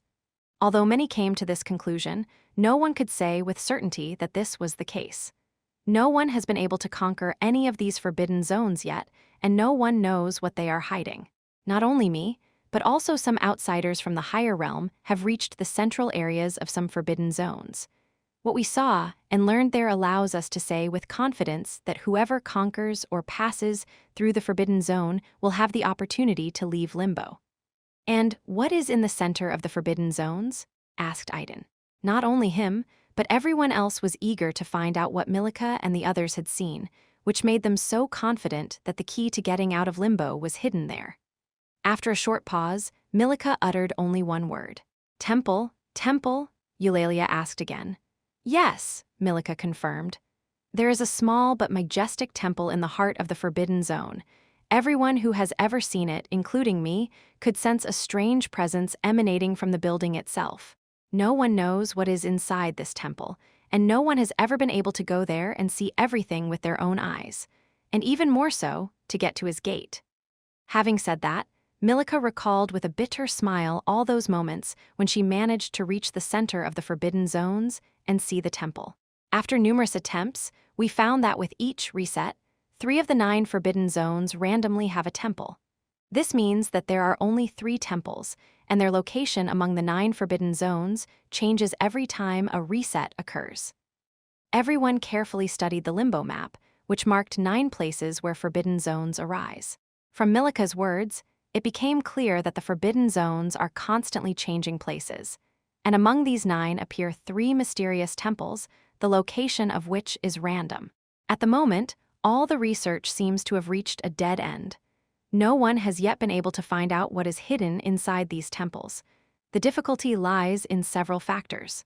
First, it is necessary to determine in which of the 3 forbidden zones temples will appear. Secondly, the path to them is very dangerous and difficult. And finally, even if you manage to find out where one of the temples is located and somehow get to it, then the temple guard stops everyone before entering it. Just the thought of the temple guards sent a shiver through Milika's body. Each of the 3 temples has its own guardian who does not allow anyone to enter it. All 4 of them, Idan, Arabel, Nemo, and Eulalia, felt the fear in their master's words very acutely. Chapter 62. Simple plan. Many tried to reach the temple by challenging the guardian, but no one managed to defeat him. Even I couldn't do it. After several attempts, I came to the conclusion that no matter how hard I tried, I would not be able to defeat the guardian.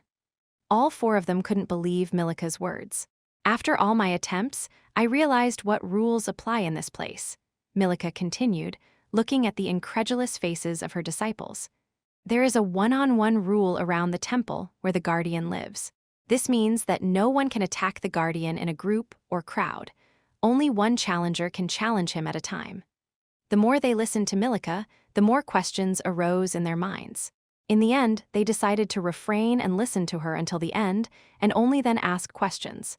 It didn't take much time for Milika to do everything.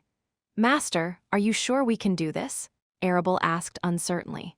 The couple was faced with the task of finding a way to leave Limbo. They had about a month to complete this task. The description did not specify exactly where or what to look for. There were also no hints that the exit was in forbidden zones. However, based on the information they received and other assignments, they realized that all paths lead there. Now that the couple has learned more about each forbidden zone and what awaits them there, they have doubts about whether they will be able to complete the task and return to their world. Especially considering all the rules they had heard, they couldn't help but wonder, aren't there too many rules? Ha ha ha. Milika couldn't help but laugh when she heard Arabel's question, while watching the complicated expressions on her disciples' faces. "I can assure you that you have every chance of success in conquering the forbidden zone, unlike me and many others," Milika said confidently, looking at them. Although it helped a little, the disciples still couldn't understand why Milika was so confident that they could achieve what she couldn't. "Okay, take a look at this," Milika said, drawing the disciples' attention to the map. As you can see, each city borders 5 out of 10 regions. With the exception of the central region, the forbidden zones will change in the remaining 4 after the reset. The Adventurer Guild has discovered that at least one of the 3 temples will appear in one of these regions. If we're lucky, we'll get 2 temples. Milika pointed to the 4 regions that bordered Usuria, the city where they were currently located. Your main task is to conquer the temple and find out what is inside. You don't need to explore all 9 forbidden zones and all 3 temples. At the moment, our goal is to find out what is hidden in at least one of them. Only then will we be able to decide on further actions.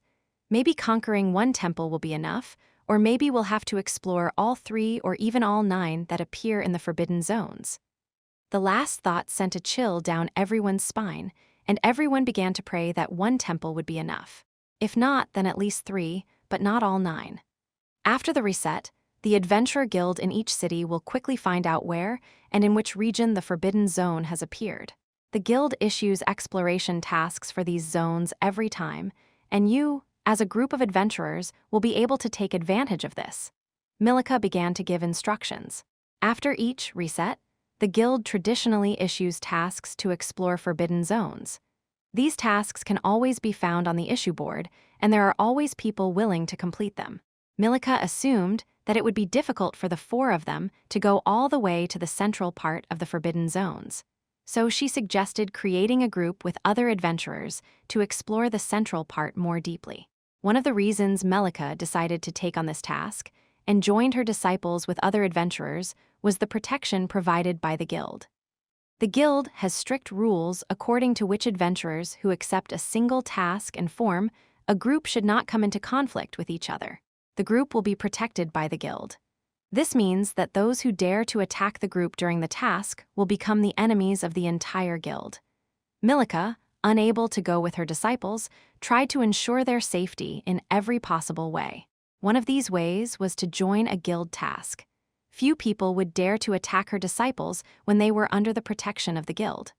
All 4 of them had an Adventurer Guild membership card, and they were considered real adventurers. As soon as they accept the task and sign up for it, they will immediately be under the protection of the guild. Idan couldn't help but ask about the Adventurers Guild. How is it possible that she exists in this strange place?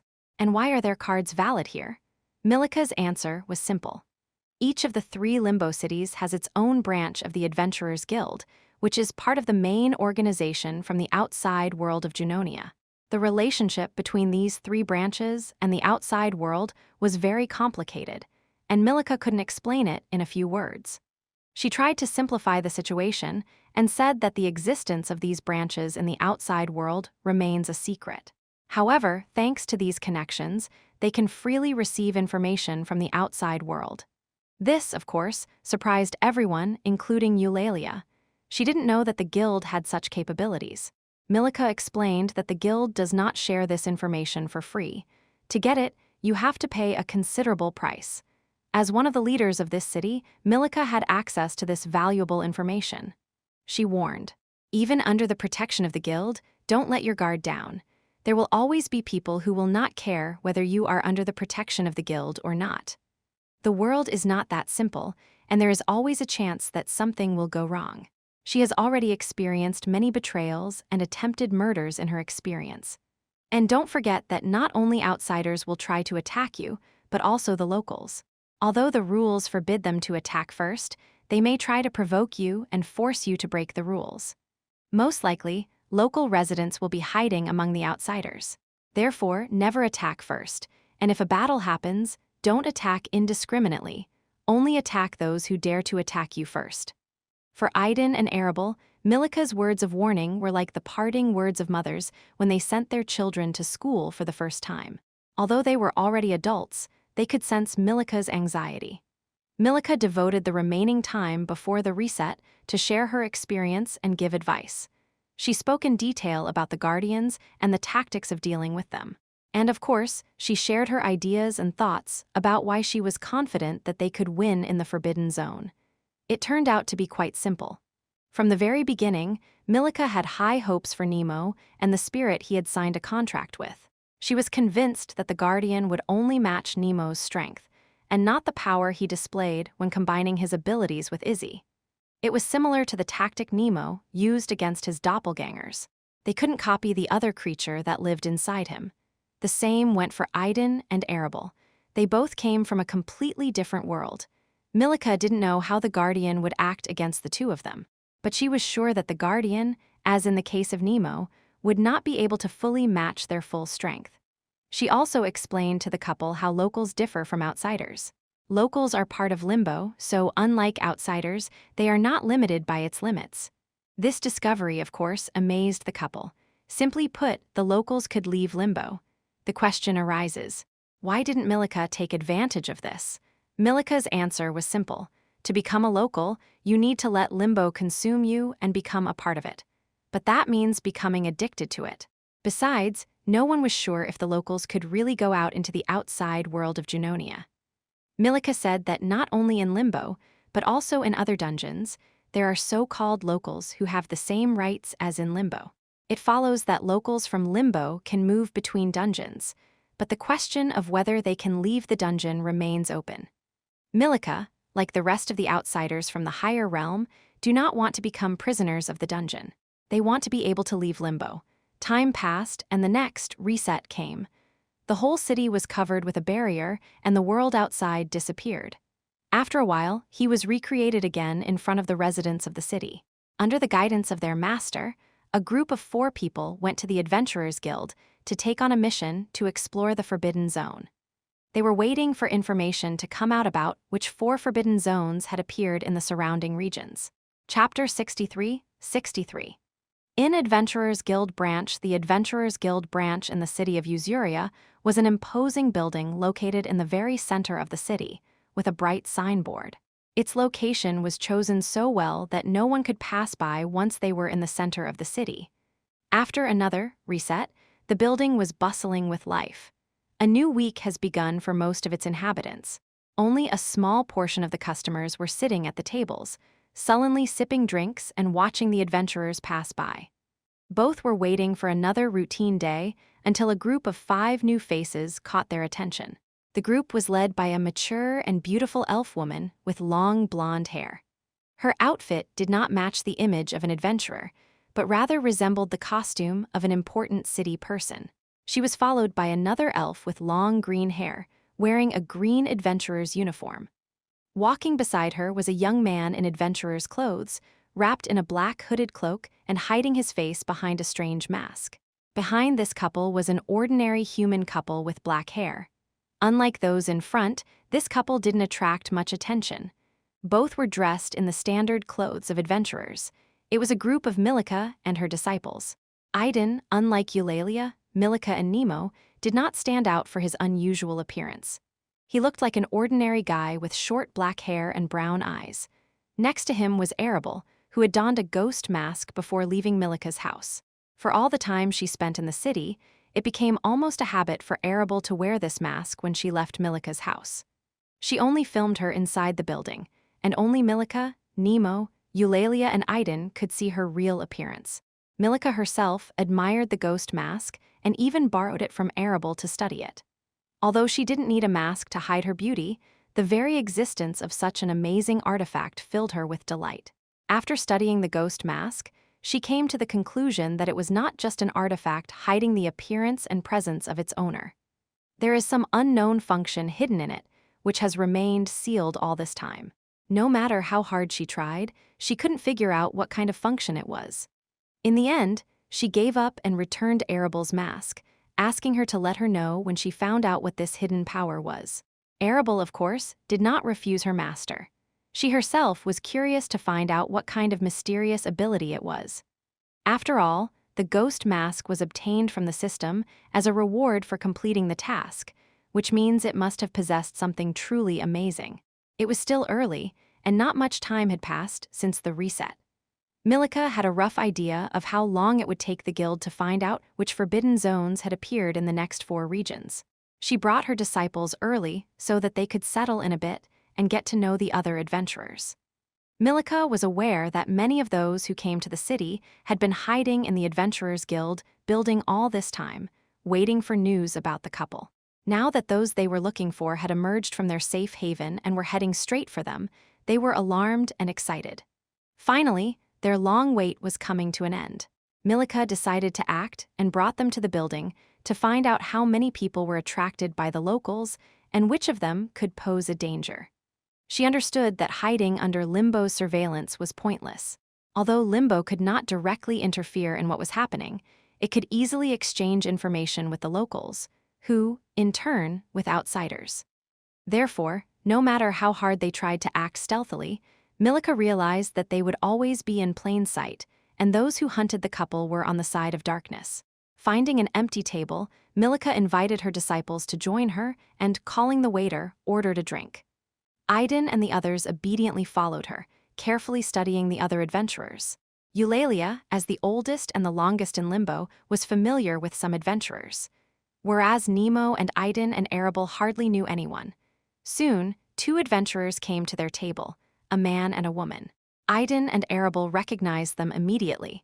It was Ella and Radek, the same adventurers who had been with them in the forest of doppelgangers with Nemo and Eulalia. All 4 of them, recognizing each other, invited the couple to join them and have a drink. They happily agreed. Idan and Arabel were very happy to see their old friends. After all, they were the first foreigners they had met after arriving at this place. Besides, they've always treated them well. Milika quietly watched them and listened to their conversation. Ella and Radek shared their story with them after they broke up, returning to the city after completing a mission. Nothing special happened to them. After that trip to the Forbidden Zone, they no longer ventured into other forbidden zones. Instead, they ran simple errands from the guild to earn food and other daily necessities. Only then did the couple realize that they had been under Milika's protection all this time. They always had a safe place to live, which they didn't have to pay for, and free meals. They had never experienced problems with a roof over their heads and food, while many residents of the city struggled daily for survival. It was only now that they realized how lucky they were to meet Eulalia and Nemo. At first, Idan and Arabel felt uneasy under the gaze of many people. It was obvious that these people had come to the city for them. Milika has already shared her concerns and some assumptions with the couple. Milika quickly scanned everyone present with her soul force to determine their approximate rank. Everything turned out to be within her expectations. But despite all her preparations, there were 2 people present who caught her attention. At a glance, she realized that these 2 were diamond-ranked beings. Her group of disciples couldn't handle them. Before releasing her charges, Milika decided to find out which side they were on. Were they on Limbo's side, or did they belong to the same, self-interest group, consisting of individuals who act only in their own personal interests? Unlike most people, these 2 immediately noticed of Milika's soul force and paid attention to her. By the quality of this power, they determined that it belongs to a higher realm. One of them was a middle-aged man with a sword on his back. Next to him sat a young man, also with a sword on his back. They looked like a father and son, or a master and a disciple, but no one could say for sure which of these assumptions was correct. When the man with the diamond rank felt of Milika's soul force, goosebumps ran down his spine.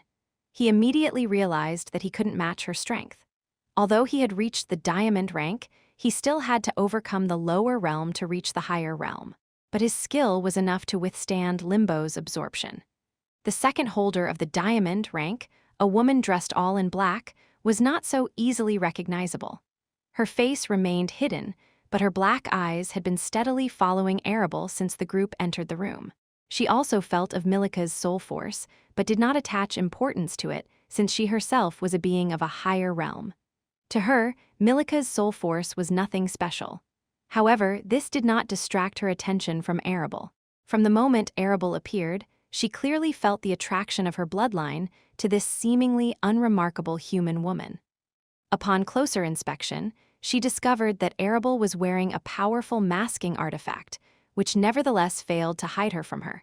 It was only then that the woman realized that only one creature could evoke such a response in her bloodline, a creature with the same bloodline as hers. At that moment, she finally realized that this unremarkable human woman was just like her, a Valkyrie. Chapter 64.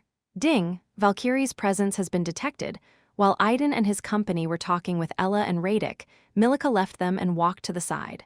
Finding an empty seat, she sat down and waited. Soon, a middle-aged man with a sword on his back approached her table. He was one of the 2 diamond rank holders present and came alone, without his disciple or son, who remained waiting for him at the same place. Milika gave the man an appraising look. He looked to be in his 40s, with short black hair streaked with white. There was an old scar on his left cheek. The man took an empty seat opposite Milika and froze in silence, as if waiting. He, like her, had already assessed the situation and was aware that in addition to the 2 of them, there was another diamond rank holder present. Suddenly, a woman dressed in black appeared next to them. Her body was hidden by a long hooded cloak, and her face was covered with a black veil. The only thing that could be seen were her eyes, dark as night. There was a chill coming from her, but it wasn't the kind of cold that could be compared to the cold of the ice element. Her presence weighed on them. The middle-aged man knew that he was no match for the elf, but even compared to her, this woman in black seemed scarier. The minimum is the legendary rank, Milika appreciated and was very surprised.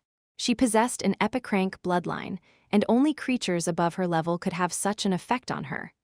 In all her time in Limbo, she hadn't heard anything about the woman in black, which was surprising in itself. Compared to the outside world, Limbo is not that big, and it must be very difficult for a powerful being like this woman to remain unnoticed. Either she is masterfully hiding her abilities, or she has only recently found herself in Limbo. The woman took an empty seat, and the 3 of them quietly assessed each other. Milika's disciples, who were on the other side of the room, noticed their master and 2 other people joining her. Arabel also noticed her master and the 2 strangers, and she was particularly interested in the woman in black. Noticing Arabel's gaze, the woman in black turned and looked her straight in the eye.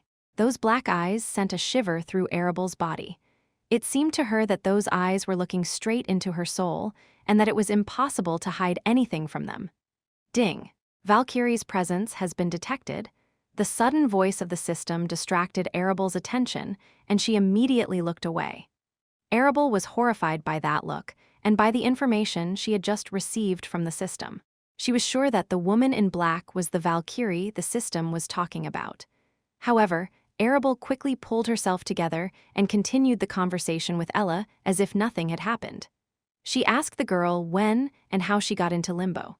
Despite Arabel's best efforts, her behavior did not go unnoticed by the woman in black. At the same time, she did not pay attention to the young man who was sitting next to Arabel. He was in shock, but a rage began to flare up inside him, which he tried to contain. Out of the corner of her eye, Arabel noticed the changes in Idan and, using a mental link, began to urge him to calm down. After 5 days of training under Milika's guidance, the couple began to better control their bloodlines. They have almost completely assimilated their second personalities to themselves. As a result of merging with another personality, Arabel became more reserved and colder. She adopted a calculating and cold-blooded mind from her other self, and with it, some of her senses were slightly dulled. In Idan's presence, she could act as usual, but as they drifted apart, she became more and more like the person she was during the trial. After merging with another personality, Idan became more short-tempered, but he always tried to control himself. His character changed dramatically during the transformation and when they were separated from each other for a long time. Otherwise, he remained the same. Idan needed more time to rein himself in than Arabel did. But there wasn't much time, so they decided to gradually get used to their new selves. And so, when Idan heard from the system that a Valkyrie had been discovered nearby, he immediately became alert. Then he noticed how dramatically Arabel had changed. Not understanding the reasons for these changes, he began to get angry and seethe inside. Idan was aware that the Valkyrie and Alpha bloodlines they had received from the system did not originally belong to them. They were ordinary people who had managed to assimilate the bloodlines of the higher races. He was sure that if the other side found out about this, they would not accept them as their own, but would most likely become their enemies. Therefore, upon hearing of the other Valkyrie's presence, Idan instinctively perceived her as a threat to Arabel and began to feel anger. However, Arabel, noticing his condition, hurried to reassure him. Thanks to her words, Idan was able to pull himself together and suppress the anger that had already begun to flare up in his soul. Ding! The system revealed that the Valkyrie present is this dark Valkyrie. After a while, the system reported additional information. The couple was immediately alerted when they recognized the Valkyrie's appearance, but they were even more afraid of hearing the words that the system might utter in the next moment. Ding! The system has issued a task. It is necessary to obtain the essence of the dark Valkyrie's blood in any way. The deadline for completing the task is unlimited. As a reward, a coupon for making blood essence elixir provided by the Supreme Alchemist system. There is no penalty. Damn, the couple swore to themselves.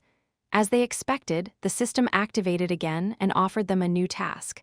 However, unlike the previous ones, this assignment had neither a deadline nor a penalty for non-fulfillment. The only reward was the opportunity to receive a coupon from another Supreme system. For a long time, the couple began to suspect that these Supreme systems might be somehow connected to each other. After all, half of all the awards they receive are provided by these Supreme systems. In addition, they already have two system functions that closely interact with the other two Supreme systems. The couple assumed that probably the new function of the system, beasts taming, would also be associated with one of the Supreme systems. They even thought that this system could be called the Supreme Beast Taming System. While they were discussing the task they had received and their assumptions about the Supreme systems, it became known about 4 forbidden zones that appeared in 4 nearby regions. Chapter 65, 65. Choosing a forbidden zone and forming a group. Idan and Arabel couldn't hear what Milika was talking about with the two strangers, one of whom was the Dark Valkyrie. They weren't even sure if Milika had found out that the woman in black was a Valkyrie. The Adventurers Guild worked quickly, and it soon became known which forbidden zones had appeared. Surprisingly, among the 4 new zones, there was one that was slightly familiar to Idan and Arabel, Forest of Doppelganger. The couple couldn't understand how this could happen. They just had a task to help tame a mysterious creature for Nemo in the central part of the forest. The other 3 forbidden zones were Lake of the Dead, Valley of Lightning, and Wind Cliffs. As soon as they found out about the 4 new zones, Lake of the Dead was immediately eliminated. Milika insisted that they never try to get there, and they, as obedient disciples, decided to follow her instructions. It remained to choose one of the 3 remaining ones. While Eulalia and Nemo were deciding which of the 3 forbidden zones to choose, Idan and Arabel already had a crazy idea. As soon as they found out about the forbidden zones, a plan had formed in their heads, and now they were finishing discussing it. Eulalia quickly got up and went to the registration window to find out the exact regions where specific forbidden zones were found. After receiving the information, she went back and took out the limbo map and put it on the table. Here, she said, putting the names of the forbidden zones on the map. One of them, the Forest of Doppelganger, Faux D, originated in the region between Usuria and Astacus. Lake of the Dead, Lot D, arose between Usuria and Icus. The other two forbidden zones appeared between these two. Valley of Lightning, Vaux L, is located in the neighboring Forest of Doppelganger, Faux D region, and Wind Cliffs, WC, is located in the neighboring Lake of the Dead, Lot D region. Due to the proximity of the zones, Nemo and Eulalia began to consider two possible options: Wind Cliffs, WC, and Valley of Lightning, Vaux L. In the end, they were inclined to the latter. Forest of Doppelganger, at this time, Arabel established a mental link with Nemo and Eulalia and offered her own version, which she came to after communicating with Idan. Eulalia and Nemo were surprised and immediately asked why they both chose Forest of Doppelganger. Although they were not categorically against this forbidden zone, they excluded it due to its proximity to the first city.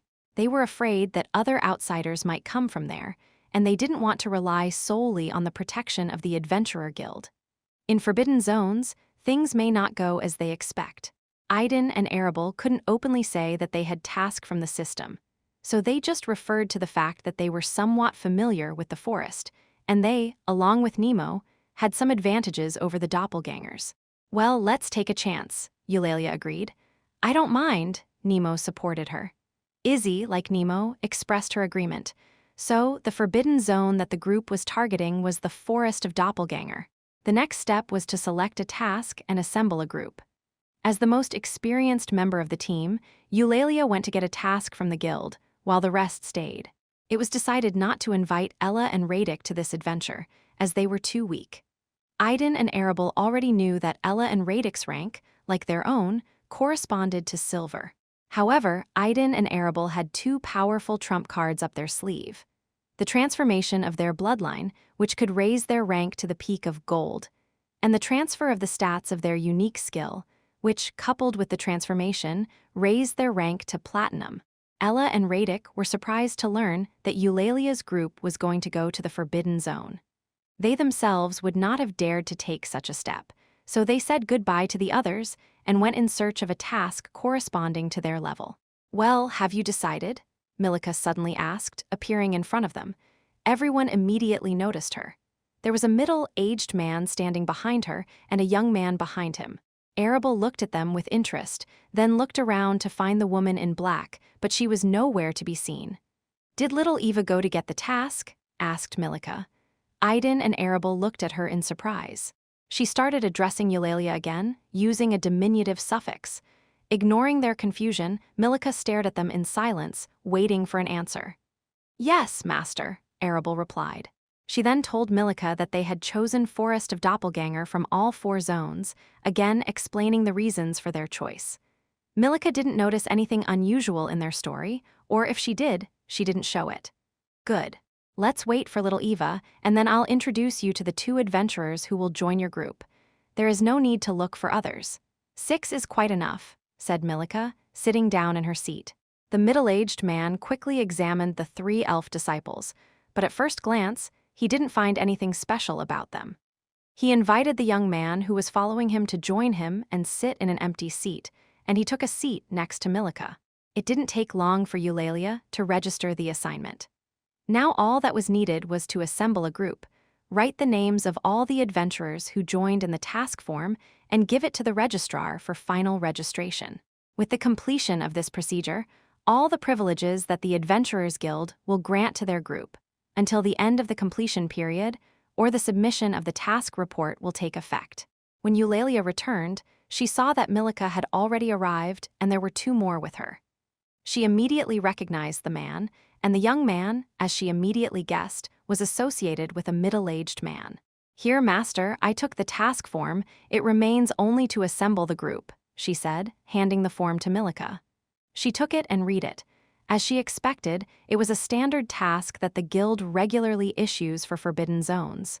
Good. Since everyone is here, let me introduce you. This is the Diamond, ranked adventurer Mr. Alwa, and this is his direct disciple, adventurer Liam. Milica introduced the 2 newcomers, who, according to her, will join their group. Introducing the master and disciple pair, Milica quickly introduced her disciples to them. starting with Eulalia and ending with Idan. The man and his disciple greeted Milika's disciples with a slight nod. It was unusual for Idan and the others to see a couple in such silence.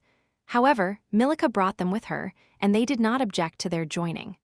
Moreover, Ulwa was of the diamond rank, which made his presence in the group especially significant. Following Milika's instructions, Eulalia quickly entered the names of all the participants into the list, and thus a group of 6 adventurers was formed. 1 of the diamond rank, 1 of the platinum, 2 of the gold, and 2 of the silver. After submitting the assignment form, the group officially began its mission. Before leaving the Adventurers Guild building, Milika signaled Idan and Arabel to activate their abilities and establish a mental link. Be careful. From a conversation with Ulwa and that woman in black, I learned that there are at least 2 more diamond rank outsiders in the city. Unlike Ulwa and the woman in black, these 2 probably came from 2 other cities and are apparently targeting you 2, Milika warned Idan and Arabel. The couple wasn't too surprised. Milika has repeatedly warned them that they will be hunted. They were more interested in how she was able to convince Ulwa to join their group. It was obvious that Ulwa and the woman in black had come to the city for a reason. Most likely, they were targeting them too. However, Milika somehow managed to win them over to her side and convince one of them to join them. What Idan and Arabel were most concerned about right now was the attitude of the woman in black, or to be more precise, the Dark Valkyrie, towards them. But as they expected, Milika did not share the details of their negotiations. Chapter 66, The First Experience of Flying on the Back of a Bird. Idan and Arabel, leaving the Adventurer Guild branch, were thinking about how they could get to the forest of doppelgangers. The last time they got to the city, they traveled all the way on foot. However, this time they were in the city itself, and not outside it, as during their return from the Forbidden Zone. During the 2 months they spent in the city, they learned that there are horses in this world, but they are not as popular for movement as in their home world. It was a fantasy world where there were many amazing and powerful animals that could easily replace horses. Only ordinary mortals who couldn't evolve on their own used horses to move around. Soon, they reached the tallest building in the city. Even on the first day of their arrival, when they entered through the gate, they noticed this unusual and tall building. Back then, they didn't know what was hiding behind its walls. Today, more than 2 months after arriving in the city, they finally saw something that struck their imagination. It was the building of a large organization that provided transportation services for large tamed birds. Many adventurers and ordinary limbo residents used the services of this organization. It also had branches in 2 other cities, which made it much easier to visit and move between them. It was the first time the couple had seen so many different amazing big birds up close. Some of them looked like birds from their world, but they were much larger and more dangerous. Both were looking forward to the opportunity to ride these amazing birds. Realizing this, they looked at each other and couldn't hide the joy and delight in their eyes. It reminded them of visiting an amusement park in their world, but only on a larger scale. They could ride on real huge birds. Who in their world wouldn't dream of such a thing? Although both possessed the ability to fly due to their bloodlines, they had not yet tried flying outside of trials and had not experienced the joy of free flight. They also understood well that flying by yourself and flying on the back of a large bird capable of carrying several people at once are completely different things. After climbing to the top floor of the building, Eulalia and the others quickly rented 3 huge birds resembling eagles from their world. Each bird could carry 2 people. Idan and Arabel looked at the birds with interest, circling around them. "Is there a guide for beginners?" Idan asked with a smile, and everyone who was in the building at that moment, except Eulalia, Nemo, and Arabel, looked at him in surprise. "What happened?" he asked, seeing their strange expressions. "Don't tell me you've never flown a bird," said Ulwa incredulously. "Well, to be honest, I haven't flown," Idan admitted honestly. Ulwa immediately looked at the rest of the elf's disciples. Eulalia and Nemo just shrugged their shoulders.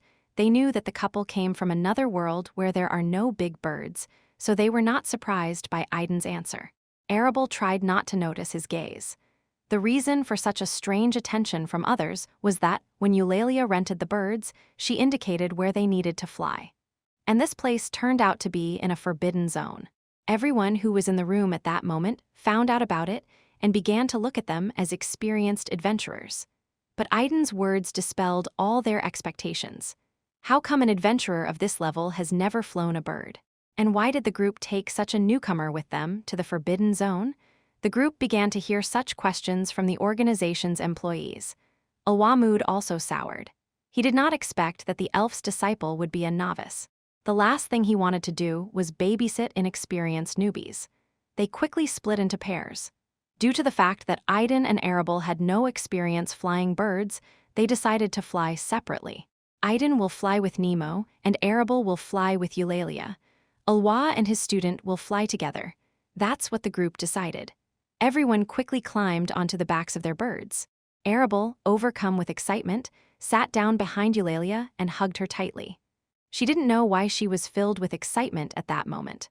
Although she had received the memories of her other self that could fly, for some reason she was looking forward to flying on a bird.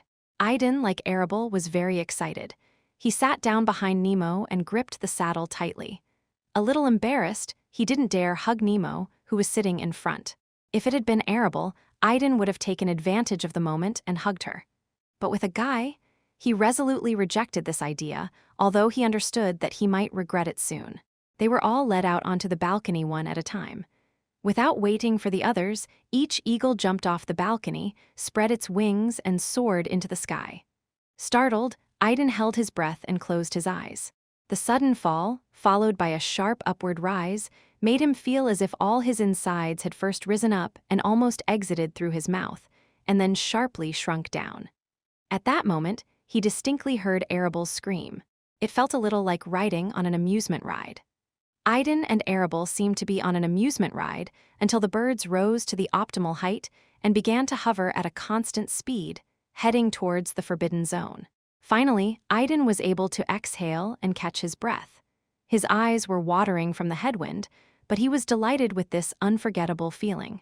He swore that he would never forget his first bird flight.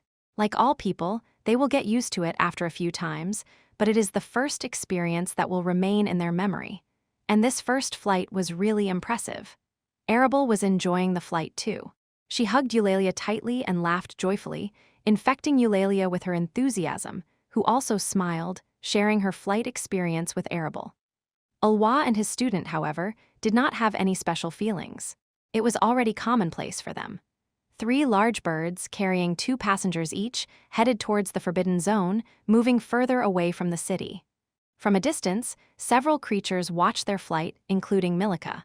She wished her students good luck, and just as she was about to look away, she noticed how something like a giant black bird spread its huge wings, soared up from the city wall, and rushed in the same direction where her disciples had flown away. Chapter 67, Reasons for Limbo hunting for the couple. The first experience of flying on a huge bird turned out to be unforgettable. They enjoyed the new experience with joy and admired the surroundings of Limbo from a bird's-eye view. It was one of the best memories since they had been in another world. They both understood that they would not be able to have such an experience in their own world yet. They had no idea how much the world had changed after their disappearance. They only knew that after the first disaster, a strange energy affected the animal kingdom, and all creatures began to change and evolve. Perhaps, during their absence, such huge birds have already appeared, capable of carrying ordinary people on their backs. All that remained was to tame them. It was their first trip to Limbo. When they first came here, they didn't feel any joy from their surroundings. They were terrified and afraid of the forest, afraid of every rustle, and did not sleep all night, fearing the unknown. After they almost died when confronted by their doppelgangers, they met Nemo and his group. Only then did they get a chance to rest for a while. However, the next day, danger overtook them again, and they ran like madmen towards the city. Once in the city after the reset, their system caused extreme stress, from which they lost consciousness for a whole week. They woke up in Milika's house. From then until today, they spent most of their time in this unusual place called Limbo at Milika's house and its surroundings. The couple continued to enjoy the flight. Idan, watching the world around him, suddenly heard Arabel's voice in his head. "Idan, do you think we can find a way out?" There was uncertainty in Arabel's voice. "Of course," replied Idan confidently, trying to give her more confidence. At least I believe Milika and trust her. What does the master have to do with it? Arabel asked, not understanding why Idan had suddenly mentioned Milika. You know, I've been thinking about all the events that have happened to us and what we've learned today. I think I roughly understand the big picture. Idan decided to share his thoughts with Arabel, using this opportunity. However, before that, he turned to the system with a question. Tell me, system, why is Limbo targeting us? All this time they were under Milika's protection, and nothing terrible happened to them during their stay there. If it weren't for Milika's constant warnings that Limbo was targeting them, they would have long since forgotten about such a danger. Now that they had left a safe place, the likelihood of encountering this threat had increased significantly. Idan understood that the Adventurer Guild had a lot of eyes, and most likely, no one would take any action until their group reached the Forbidden Zone. Come on, system. Do you think we don't understand? For example, I'm sure that Limbo is targeting us precisely because of you, Idan said, not waiting for a response from the system, and decided to express his opinion. I'm right, aren't I? Tell me if I'm right or wrong. Yes, host, you're right. The consciousness of this world has set its sights on you because it wants to get to this system through you. It knows that this system has something to do with the two of you. However, he doesn't know anything except that she exists and has a connection with you. That's why the system asked you not to disclose information about it to others, so that Limbo wouldn't find out about this system. Finally, the system spoke, breaking the long silence. As I suspected, sighed Idan.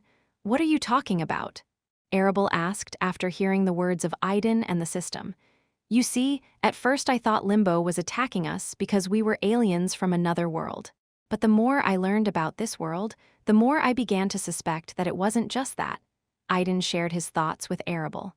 The moment the system revealed its consciousness, Limbo invaded it, and the system activated protection. That's what she told us after we came to our senses after his unsuccessful attempt to fry our brains. When Idan said those words, Arabel remembered them and shuddered slightly, as if reliving that moment. You probably believed her words, just like I did, because there were no lies in her words, she just didn't reveal the whole truth. Now that the system has confirmed that Limbo is targeting her, I can say with confidence that the system managed to get some of Limbo's secrets during his invasion. And Limbo knows about this, which is why it's trying so hard to get to us and get to the system. It just wants to get to the thief, concluded Idan. Arabel was surprised by Idan's reasoning. Are you surprised? Asked Idan, noticing Arabel's silence, and reached out to her through a mental link. Yes, I'm really confused, Arabel confirmed. I don't think you'll believe it until I give you a few arguments that led me to this conclusion. Don't you remember our conversation with Milika when she explained her condition? Idan began, recalling their meeting with Milika. Of course, Arabel remembered this conversation perfectly. Milika couldn't leave the third city because of the agreement with Limbo. One day, as a result of a partial fusion with Limbo's consciousness, Milika learned some of the secrets of this entity. Since then, Limbo has been hunting for her, seeking to devour her at any cost. Realizing this, Milika decided never to leave the third city, and in response, Limbo switched to her disciples and subordinates, trying to provoke her. After years of confrontation, they finally came to an agreement. Limbo promised not to attack her disciples and subordinates, and Milika was forbidden to leave the third city and share information about Limbo. Remembering this, Arabel realized that Milika's story was somewhat similar to their current situation. Limbo hunts them the same way he once hunted Milika, and Idan's suspicions that the system somehow managed to get Limbo's secrets no longer seem like mere guesses. No, Arabel began to believe Idan's words that it was because of the system that Limbo's consciousness was targeting them. Chapter 68. A conversation between a couple, our situation really resembles Milika's story, Arabel said. Idan smiled, amazed at how quickly Arabel understood the gist of what was happening. It was because of the system that the creatures from the forest of doppelgangers attacked us, seeking to detain us, he added. During their escape in the forest, they began to suspect that all these sudden changes were their fault. I'm guessing Limbo didn't bring in all its forces because of the presence of Eulalia and Nemo, Idan continued. It's all about his agreement with Milika. If it had sent even more powerful beings, then Eulalia and Nemo probably wouldn't have been able to handle them, and that would have violated the agreement with Milica. Arabel was also aware that what was happening was strange. If Limbo had not wanted to let them go, it would have attracted all its forces. But then it was limited to only a small number of doppelgangers and simple creatures that did not exceed their rank. After entering the city, before the locals had time to react, Milica intervened. She took us under her protection, and this prevented Limbo's consciousness from harming us, as we were under her protection and her agreement with Limbo. From then until today, they have been under the protection of Milica. Arabel was lost in thought when she heard Idan's words. They themselves couldn't remember what happened after they lost consciousness due to the system. They learned everything they knew from Eulalia. According to Eulalia, immediately after they lost consciousness, Milica appeared and protected them from the local leader of the city, a high dwarf named Hector. They didn't pay much attention to it at the time. But now Arabel began to wonder how Milica had appeared so quickly and unexpectedly, right after they had lost consciousness. Did Master already know about us when she appeared next to us after we lost consciousness? Arabel asked Idan. Master, at least she knew that Limbo's consciousness was hunting us. That's why she intervened and took us under her protection, Idan said. But how could Master? Before Arabel could ask the question, she realized the answer herself. Yes, most likely, the Master still has a connection with Limbo's consciousness, and that's how she found out that it was hunting us. Idan's words exactly matched Arabel's conclusion. Doesn't the system have a connection to Limbo's mind then, too? She asked. No, this system has no connection with Limbo's consciousness. The system itself answered Arabel's question. Arabel was surprised by the system's response. She asked Idan a question and did not expect the system to answer this question on its own. Idan, like Arabel, was also surprised that the system answered the question itself. I immediately found the task that the system gave us strange after we woke up. He continued the discussion with Arabel after the surprise of the system's response subsided. Arabel agreed with this statement, recalling her confusion at the time. The system asked both of them to find a descendant of the Rain clan and recognize him as their champion. This raised questions for them. Who is the descendant of the Rain clan and what is the champion? The system did not bother to respond to their requests. The task they received from the system was different from all the others. It was called the World Quest and consisted of several stages. Now that you've reminded me of that, I can finally understand some of the points, Arabel thought. The fact that Nemo is probably a descendant of the Rain clan and the information about the throne of the World King were all received by the system from Limbo's consciousness. In other words, all these Nemo and Tron related assignments were related to a secret that was trying to protect Limbo's mind, Arabel quickly concluded. It was strange that even then she hadn't paid attention to the system's words that she had received this information thanks to the invasion of Limbo's consciousness. Yeah, Idan agreed, pleasantly surprised that Arabel had figured out what was going on her own. Damn it! I just remembered that the system explicitly mentioned that thanks to the information received from Limbo's consciousness, she learned about the birth of a unique being in the central part of the forest of doppelgangers, Arabel exclaimed. She couldn't believe she had overlooked it. Even then, the system indirectly confirmed that it had stolen many of Limbo's secrets. Ha ha ha, Idan laughed. He was also surprised that he hadn't noticed this before. What's so funny? Do you even understand what that means? Asked Arabel, displeased with Idan's laughter. Of course I understand. I understand very well, he replied to her question. How could he not realize that they were on their way to complete a mission issued by the system? A task based on information received by the system from Limbo's consciousness, while Limbo is most likely hunting them because of the leak of this information. Simply put, if they help Nemo tame a unique creature from the forest of doppelgangers, won't that anger Limbo's mind? Arabel's previous cheerful mood quickly disappeared. She realized the gravity of the situation. Listen, I haven't said everything yet. Idan turned to Arabel, trying to distract her from her anxious thoughts. After our arrival in Limbo, the main task that the system gave us was to find a way out of this place within 6 months. Idan reminded of the main task. Then he fell silent. Idan realized that if he continued like this, it would take a while to get to the bottom of it. Therefore, he decided not to waste time on the details and get straight to the point. I have a suspicion that the system already knows where and how to find a way out, Idan suddenly said to Arabel, as if throwing a bomb. Huh, what? Wait. Of course, Arabel was stunned by this statement. I believe that the so-called World King's throne is related to leaving this place. That's exactly the secret Limbo is trying to keep.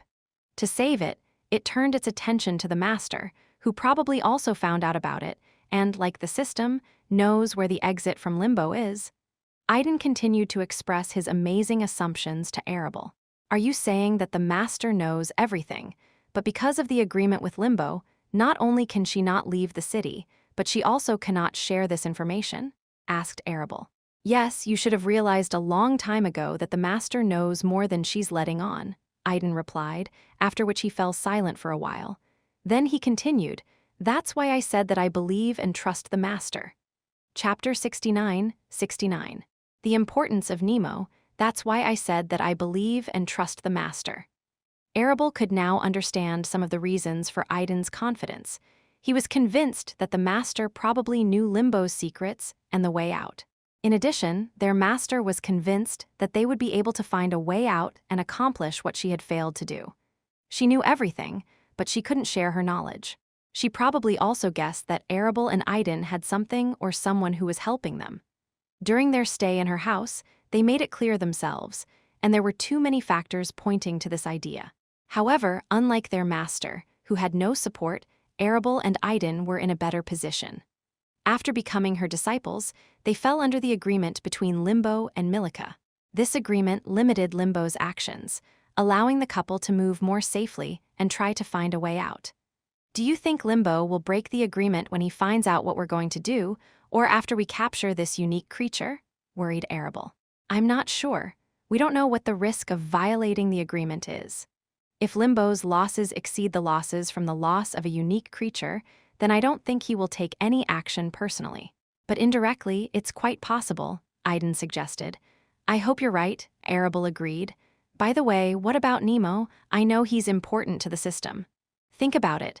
Why would the system choose Nemo over us, its hosts? How do we differ from him? Idan asked a counter-question. Because we are strangers, and Nemo is a local, exclaimed Arabel, realizing what Idan was getting at. You're right. If my guess is correct, and the exit from Limbo is connected with the throne of the World King, then most likely only the inhabitants of this world can interact with him. You and I don't belong to this world, and we can't be suitable candidates, Idan replied. Arabel was becoming more and more surprised by his arguments. She did not find any contradictions in his words and was forced to trust his assumptions. Idan continued. That's why the system chose Nemo, a local resident. If Nemo didn't exist, I'm sure the system would have chosen another local, like Eulalia or someone with better potential. Nemo is an ideal candidate for us, according to the system. He has a mysterious sealed bloodline of the higher race, a contract with Spirit, and a strange and complicated connection with the representatives of the 3 higher races. Nemo is the key to getting out of Limbo. Arabel finished for Idan, finally realizing Nemo's key role in the whole scheme. Yeah, and most likely, the capture of a unique creature is also connected with the throne of the World King. Therefore, we probably cannot give up this task and must help Nemo capture this creature. Let's hope Limbo doesn't get mad. This is how the couple talked, sitting on the back of a huge eagle through a mental link. They still had enough time to get to the forest of doppelgangers. Suddenly, Idan heard Arabel comment, you know, girls don't like guys who are too smart. Idan did not understand if this phrase was addressed to him personally. Does she think he's too smart and is trying to emphasize it? He was confused and didn't know how to respond. Should I say that he's not smart, or should I agree that he's smart? Heh, Arabel chuckled. Arabel couldn't help but smile when Idan suddenly stopped talking and didn't say another word. Although they were flying on eagles, and she couldn't see his face or his expression, her imagination ran wild with the realization that he had suddenly lapsed into silence. She decided to make fun of him because he thought too much and could understand and assume a lot. She didn't want to offend him or anything like that. She just voiced the popular but controversial saying that girls don't like smart guys to see his reaction.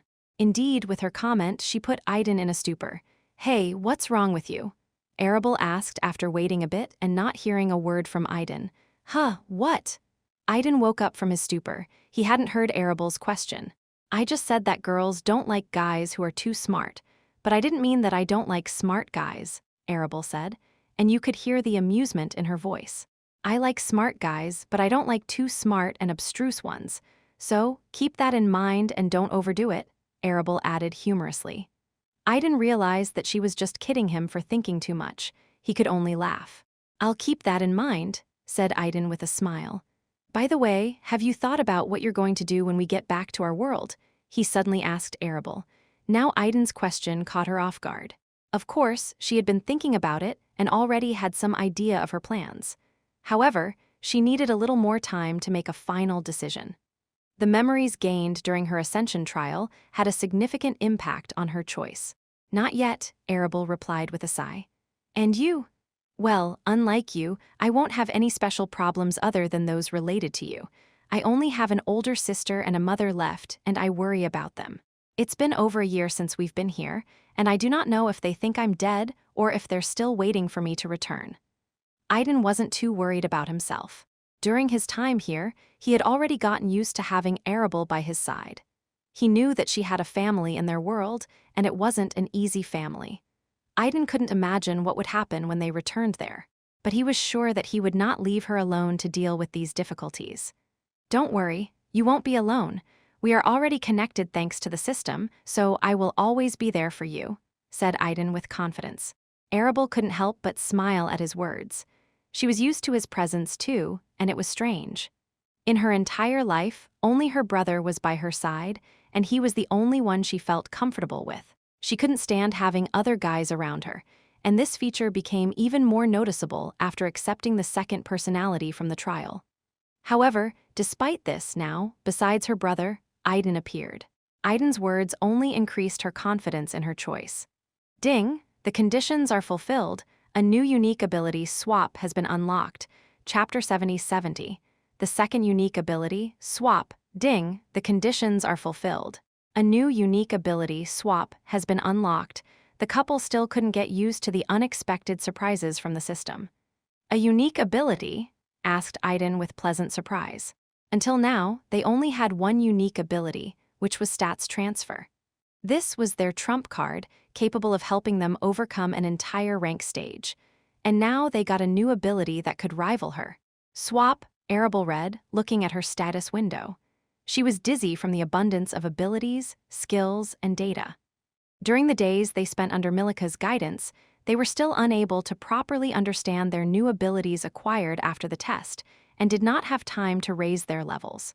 For the entire 4 days, they had been focused on taking control of their bloodlines. "We've already reached level 20, but before we start the Ascension trial again, we need to improve our skills level," Idan said, looking at the long list of skills that needed to be upgraded. With the help of the system, they could have done it quickly, but for this they had to find time, which, as they understood, was sorely lacking. In part, they decided to focus on developing their skills during this hike. The Forest of Doppelgangers was perfect for this purpose. Who could be a better sparring partner than your own doppelganger? "System, can you roughly describe what this unique ability is?" Arabel asked the system, hoping to get an explanation instead of guessing. In the list, the ability had only the name, Swap, and the numbers 0 out of 2. "Host, this is the second unique ability that allows hosts to switch places at will. The range of the skill depends on the current level of the hosts. Using this skill requires mana and soul force." This is how the system responded to Arabel's request and explained what their new ability was capable of. Of course, both were amazed to hear these explanations. "The ability to swap places?" asked Idan, still in disbelief. "Yes, the system has confirmed." "Hell yes!" exclaimed Idan. It was truly a great ability. Idan's imagination was running wild, and he had already seen many ways to use this skill.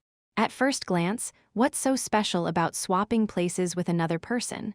But for Idan, it opened up a lot of tactical options for their joint actions with Arabel. Arabel was delighted with this ability. At first, she didn't immediately understand what he was talking about, but when Idan explained it to her, she realized how powerful this technique was. Combined with their first unique skill, their powers had increased significantly. Idan asked, "What do these numbers next to the name mean?" Unlike other skills that have levels and require development, unique abilities do not have levels. The first unique ability demonstrated the percentage of stat points they could transfer to each other. At the moment, this figure was about 50%, which was already half of their strength. The numbers represent the amount of stored energy. At the moment, the hosts have 2 storage cells available. This energy can be spent at will, and it allows you to use a unique ability without wasting mana and soul force. When using energy, the distance between the hosts does not matter. The skill can be activated even if they are on different worlds. These explanations were a real shock to the couple. What is this concept that allows them to exchange places across the boundaries of worlds? It seemed like something out of the realm of fiction. However, the system claimed that if they had enough energy, they could easily realize this opportunity. They didn't need this amazing ability at the moment, but who knows what might happen in the future. Judging by the number 0, they didn't even have enough energy to put it into practice. What needs to be done to accumulate energy? Let me guess. System points? Arabel asked. Both yes and no, the system replied. Energy has the ability to self-replenish over time. At your current level, it will take about 1 year to accumulate 1 unit of energy. The higher your level, the faster the replenishment process will take place. Wow! Exclaimed Idan, surprised that this unique ability had such an amazing self-replenish ability. Although 1 year seems like a long time, Idan and Arabel were confident that they would soon be able to raise their level, and then this time would be shortened. You can use system points to speed up the energy replenishment process. Also, for system points, you can increase the number of energy cells from 2 to 3. This did not come as a big surprise to the couple. However, looking at the number of their system points, they could only sigh. Everything needs these system points, but everything related to them is incredibly expensive. Even after 2 months, they were able to accumulate enough points to buy something, but it was catastrophically small. They consoled themselves with the thought that while their level wasn't high enough, the number of system points they received for completing system tasks wasn't high. They hoped that, as they leveled up, their rewards would increase, and then they would be able to accumulate points faster. The only thing they were afraid of was that the cost of goods and services might increase in proportion to their level. Once again, convinced that the new unique ability is incredibly useful, Arabel and Idan decided to slightly change their plans. They are determined to take advantage of this journey to improve their old skills, test new ones, and, if possible, raise their level by completing the tasks that the system gives them. The couple was ready for this ordeal and waited with excitement and some fear of the unknown for the arrival to the forest of doppelgangers. Milika gathered the necessary supplies for their upcoming hike and handed them to the couple along with a small bag that had expansion magic applied to it. Bags like this were common for experienced adventurers. The couple has not yet revealed their secret about the existence of a shared storage space. They had noticed long ago that only the 2 of them could see the rings on their fingers, which served as the key to this space. The bag has become a great way for them to hide their ability. They immediately moved everything they needed into this space, and then they could use the bag as a distraction when they needed to use their storage. However, the most surprising thing for them was that after the Ascension trial, they noticed that the size of their storage space had increased significantly, which led them to a crazy theory. Chapter 71. Storage size. However, the most surprising thing for them was that after the Ascension trial, they noticed that the size of their storage space had increased significantly, which led them to a crazy theory. They had already checked the size of their storage when they reached level 10 and had not noticed any changes. The changes occurred only after passing the Ascension trial and reaching level 20. Wow, is it just me, or has the storage size really increased? Arabel suddenly asked Idan as they trained under Milika to take control of their bloodlines. It really got bigger, exclaimed Idan, quickly checking the space after Arabel's remark. They did not immediately pay attention to this after the test, as they rarely used the storage while they were at Milika's house. The reasons for the change in storage space could be related to either reaching level 20 or overcoming the Ascension trial. The couple was inclined to the second option, believing that it was the passing of the test that influenced the increase. Previously, the size of their storage space was 4 by 4 meters, but now it has increased to 6 by 6 meters. "Hey, system, what's going on?" the couple exclaimed upon realizing this fact. They contacted the system to get more detailed information about their storage space. When they received it as a reward, they didn't pay much attention to the details. They remembered that at that time, they were only interested in the question of how to bind the rings to themselves, which are the key to space. However, they have now realized that this space is unusual and seems to be able to evolve with them. Host, your independent storage space is an evolving artifact. It will grow and develop with you. As your level increases, the size of the space will increase. The system did not hide the truth from them and confirmed their guess. The storage space will really grow and develop in parallel with them. The higher their level and the more ascension challenges they overcome, the larger their space will become. The hosts can also improve the quality of the artifact. Currently, the storage is able to hold only inanimate objects. It will increase in size while maintaining the remaining parameters. However, as the quality improves, the storage will acquire new functions, including the ability to store living creatures. These words of the system, of course, caused the couple surprise. When they found out that space could grow, their imagination ran wild, and they began to fantasize that their space could become truly huge. They were a little afraid to ask the system about it, but who would have thought that the system would confirm their fantasies on its own? In the stories they read, some of the MC had their own private spaces where they could freely enter and exit, grow various resources, and have animals. Some even had their own mini-world and home in these spaces. And now that the system has confirmed their dreams, they have the opportunity to find something similar in the future. To improve the quality of the space, you need certain rare resources and system points. Of course, this required obtaining rare materials and the notorious glasses of the system, of which the couple, alas, had very few. These words of the system brought them back from heaven to earth. However, despite this, they were glad to know that they had the opportunity to receive something special. "Damn the system. Why do you have to pay for all the good things with system points?" swore Idan, without thinking about the consequences. In all the time he had spent here, and in the trials, he had forgotten that it was not worth scolding the system. He was unhappy that the system's points were too difficult to obtain, and their number for completing tasks was minimal. The host shouldn't scold the system. A second warning is being issued. After the third warning, you will be punished. To which Idan received his second warning from the system. "Damn," cursed Idan, having received a warning. He had completely forgotten about it. Arabel couldn't help but smile. Idan and Arabel have already received 2 warnings from the system, and this has forced them to be more attentive. None of them wanted to be the first to experience the system's punishment for the third warning. All this happened during Milika's training sessions, and until today, the couple has been cautious about the system. Soon, the group reached the edge of the doppelganger forest, and the 3 large eagles landed smoothly. Their task was only to get them to the edge of the forest and back. The group will have to walk back. The organization offered a waiting service, but the cost was high due to the risk of attack and possible surprises. Therefore, most groups, including the Eulalia group, refused this service. They have chosen only delivery, and they will return on their own. To do this, they needed to accurately determine the duration of their stay in the forest and take into account the time required to return. After descending to the ground, everyone took their belongings and said goodbye to the eagles.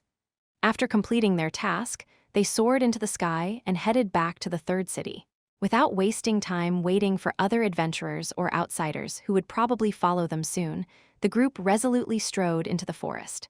"Mr. Alwa, how did the master manage to convince you to join our group?" Arabel asked a middle-aged man with a sword on his back. He was the only diamond-ranked adventurer in their team. "Quid pro quo," replied Alwa, without going into details.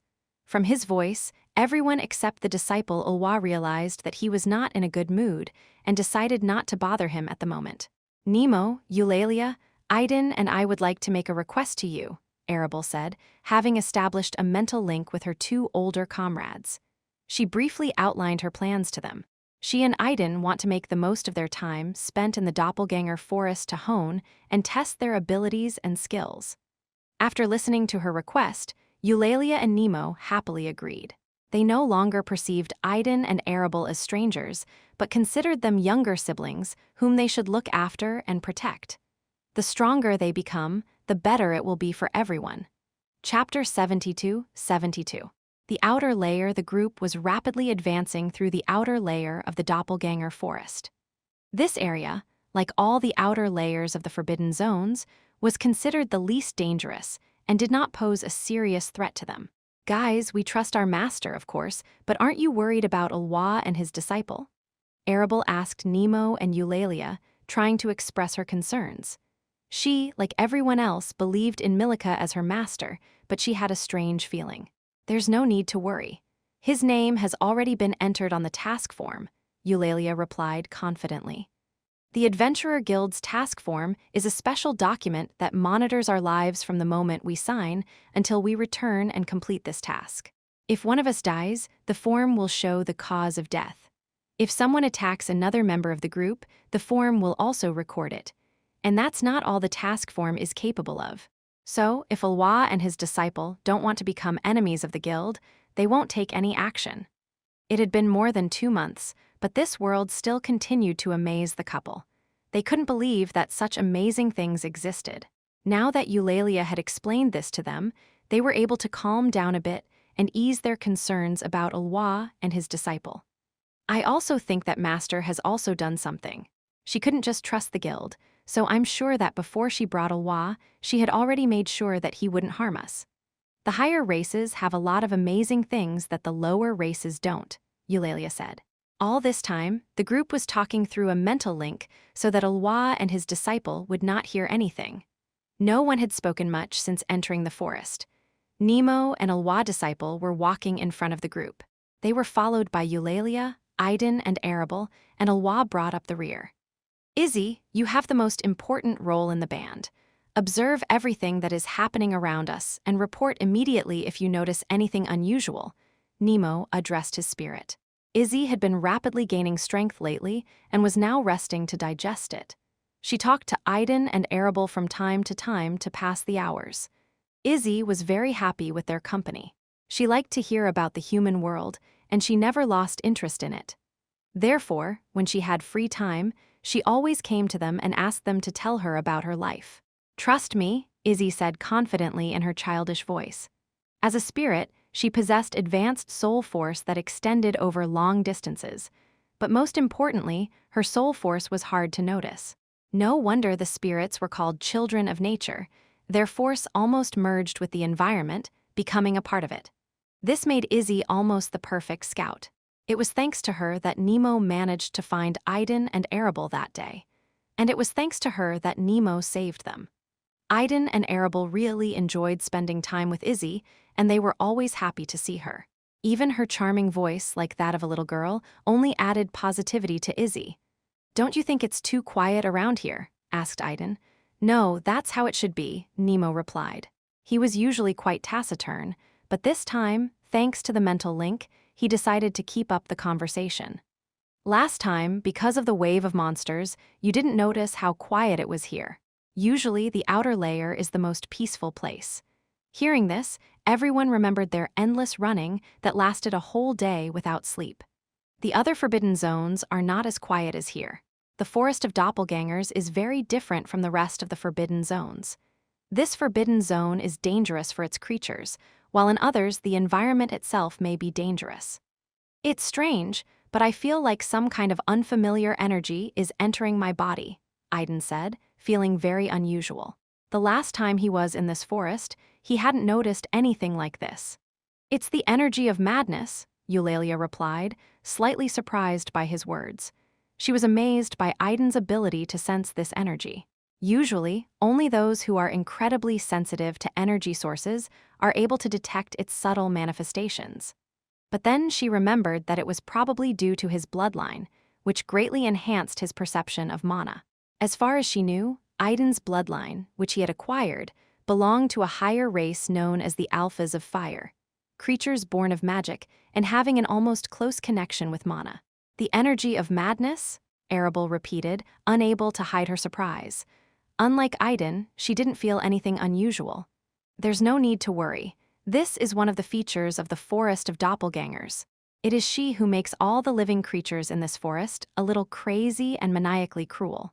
For us, who are able to spend about a week in the forest, this energy of madness does not pose any danger, Eulalia reassured. The couple was in turmoil. Didn't they claim that the surroundings of the doppelganger forest were safe? But that doesn't seem to be the case. And in order for energy to affect a person, you need to be under its influence much longer. And then it hit them. If Idan could sense this energy in the outer layer of the forest, then wouldn't its effects be much stronger in the middle and central layer? What about the middle and central layer? Idan couldn't resist. What about them? Asked Eulalia, not immediately understanding what Idan meant. Arabel, also concerned about Idan's condition, clarified his question. What is the concentration of madness energy in the middle and central layer compared to the outer one? Eulalia was perplexed. Why is this couple so interested in this energy? How was she supposed to know about this? She had heard about it from Milika when she and Nemo were going to explore the forest of doppelgangers last time. And only then did it sink in, and her eyes widened in horror. Hadn't Idan just told her that he could feel the energy seeping into his body? Thanks to his new bloodline, he has become very sensitive to energies. If they entered the middle and central layer, and the concentration of madness energy in the surroundings was higher, wouldn't it affect him even more? This discovery came as a complete surprise to her. How are you feeling, Idan? Asked Eulalia anxiously. She understood that if the impact of the energy in the outer zone was already noticeable, then it would most likely be even worse in the middle and central zone. There doesn't seem to be anything unusual. Idan replied, and indeed he didn't feel anything unusual. Okay, then we'll continue on our way. From now on, please report to us any changes in the energy of madness, okay? Eulalia addressed Idan, her voice sounding serious. Surprised by the change in her mood, Idan nodded in agreement. The atmosphere around them became tense. Even Ulwa and his disciple noticed this and couldn't figure out what was going on. Trying not to lose sight of the effect of the energy of madness on Idan, the group continued on their way. In the late afternoon, they approached the boundaries between the outer and middle layers and decided to set up camp to wait out the night. It was their first night in the Forbidden Forest, a place that was under Limbo's control. Chapter 73, Camp for the night in situations like this, the advantages of bags with expansion magic are particularly clear. Everything you need for hiking and assignments can easily fit into these bags, while leaving plenty of free space. After finding a suitable place to spend the night, the group quickly set up 3 tents. Ulwa and his disciple occupied one tent, Eulalia and Arabel occupied another, and Nemo and Idan occupied the third. All the tents were spacious, allowing to accommodate several people at once. The master and disciple pair remained aloof, not coming into contact with Idan's group. Ever since Idan's body started absorbing the energy of madness, he hadn't felt any noticeable changes yet. Sitting around the campfire, Idan and Arabel remembered their first days in the forest, when they couldn't sleep at night because of fear. Now, more than 2 months later, they had gained experience and no longer felt fear of the forest. However, they were worried about something other than the forest itself. "Do you think they will launch an attack tonight?" asked Idan, eager to hear Eulalia and Nemo's opinion. "Probably not," replied Eulalia. She and Nemo didn't look particularly worried. The whole group was aware that sooner or later both outsiders from other cities and locals would come for them. "We still haven't entered the middle layer of the forest. I suspect that they will take their actions there, and it will happen when we return." Nemo voiced his opinion through a mental link after Eulalia. "Yeah," Eulalia agreed with him.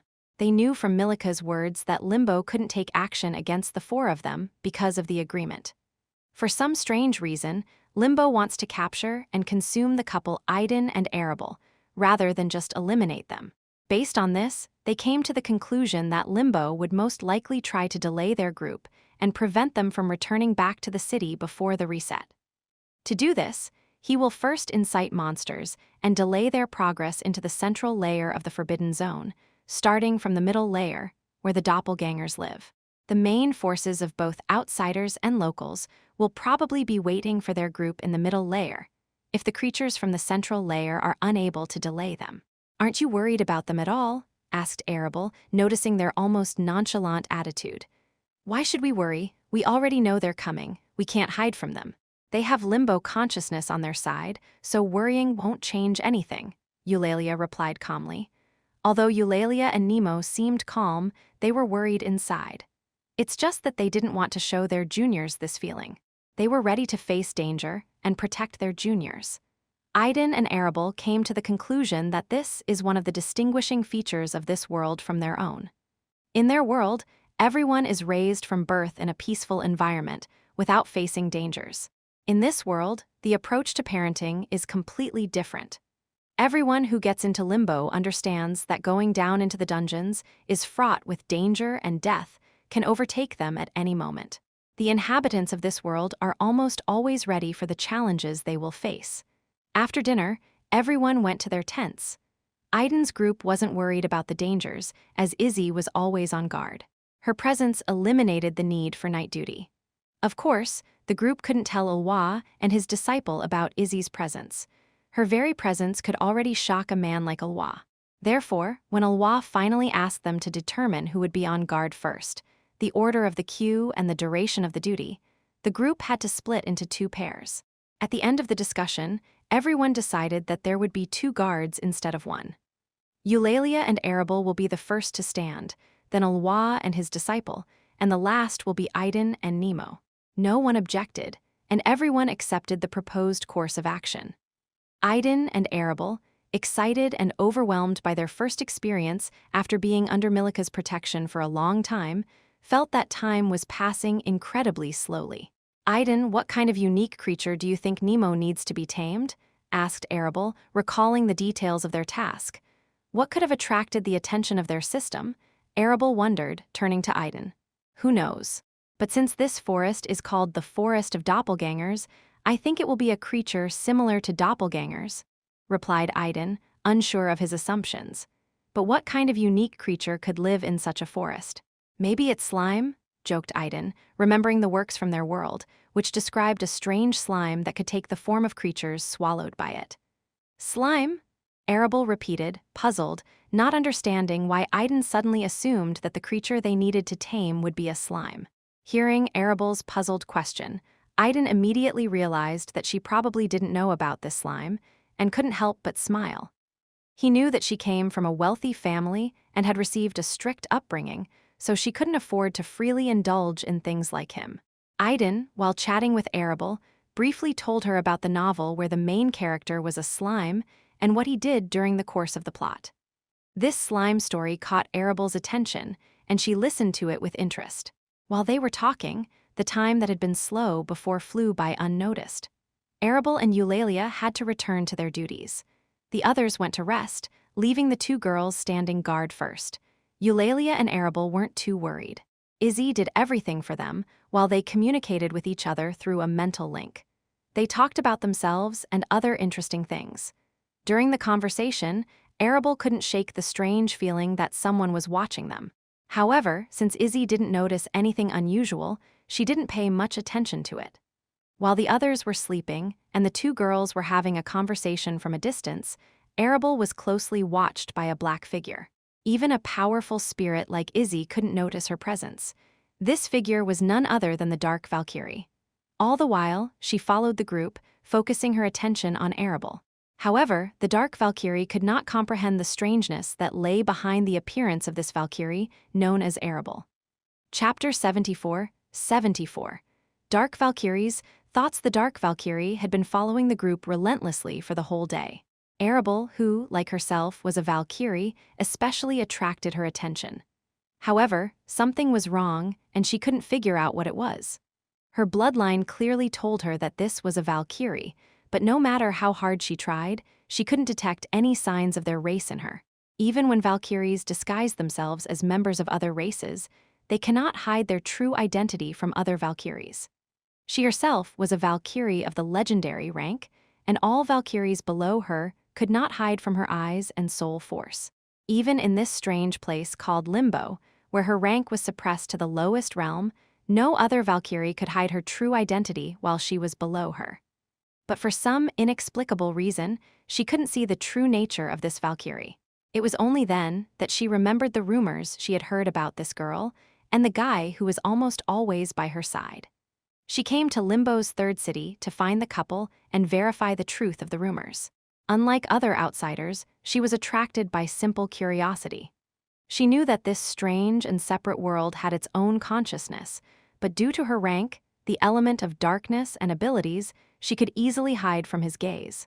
From conversations with locals and other outsiders, she found out that this couple appeared in this world differently from the others, and that they came from another world other than Junonia. Although Limbo is considered a separate small world, it still belongs to Junonia. This was indisputable, because all the inhabitants of Limbo and everything in this world belongs to Junonia. Looking at Arabel, she began to become convinced that the rumors were true, and with a high probability this Valkyrie really came from another world. A guy in a mask also caught her attention. She was amazed to see the wounds on his body, and especially the pendant he wore around his neck. She was familiar with such jewelry. In addition, she felt the presence of a piece of soul inside the pendant, which once again confirmed its authenticity. It was a pendant that Valkyries usually gave to their partners. This young man with terrible injuries was the partner of one of her sisters, and even though he was related to another Valkyrie, she had no intention of harming him. Although there were some of her sisters who didn't get along with each other and constantly tried to find ways to annoy each other by targeting each other's partners, she wasn't one of them. As for Idan, she wasn't particularly interested in him. She only noticed him because he was apparently close to this Valkyrie and, according to rumors, also came from another world. However, his value in her eyes was small compared to Arabel's. As for the elf and the other two members of their group, she didn't notice them at all. After making sure that everyone except the couple was asleep, she decided to make contact with Valkyrie and chat with her for a while. She wanted to satisfy her curiosity and try her luck. If this Valkyrie really is from another world, perhaps she has a solution to a problem she couldn't solve in her own world. Compared to everyone in the group, she was already so strong that if she wanted to, she could just kidnap this Valkyrie. However, she hesitated to use force out of respect for her Valkyrie bloodline. Besides, she remembered the words she had given the elf in the Adventurers Guild, that she would not lay a hand on her disciples. She was just curious. At this time, Arabel and Eulalia were talking through a mental link. "So, tell me, do you like Idan?" suddenly asked Eulalia. Arabel was taken aback. She had just been talking about herself when suddenly Eulalia started discussing her relationship with Idan. I do not know," Arabel said uncertainly. After all the events that had happened to them, Arabel began to feel a certain interest in Idan. She no longer perceived him as an outsider and wanted to learn more about him. She didn't know what love was, and she couldn't figure out if she was in love. After what had happened to them, Arabel still couldn't shake the idea that their relationship was only possible because of the system. If it wasn't for the system, they would never have met, and this created a kind of psychological barrier between them. The situation became even more complicated after the Ascension trial. Their complementary bloodlines were obtained through the system. They got even closer, but again due to the interference of the system. Arabel didn't know what to make of it. On the one hand, when she considered the issue from the point of view of her upbringing and family values, she was not against Idan. But looking at the situation with her own desires, she wasn't sure. Given this chance, she wanted to make decisions on her own without outside interference. That's why she hesitantly answered Eulalia's question. When she heard Arabel's reply and noticed her confused look, she just sighed. It was obvious that she liked Idan, but they were both so awkward and insecure. She understood that they needed a good push in their relationship to finally accept each other. Although she would like to help them, she decided not to interfere and just watch them.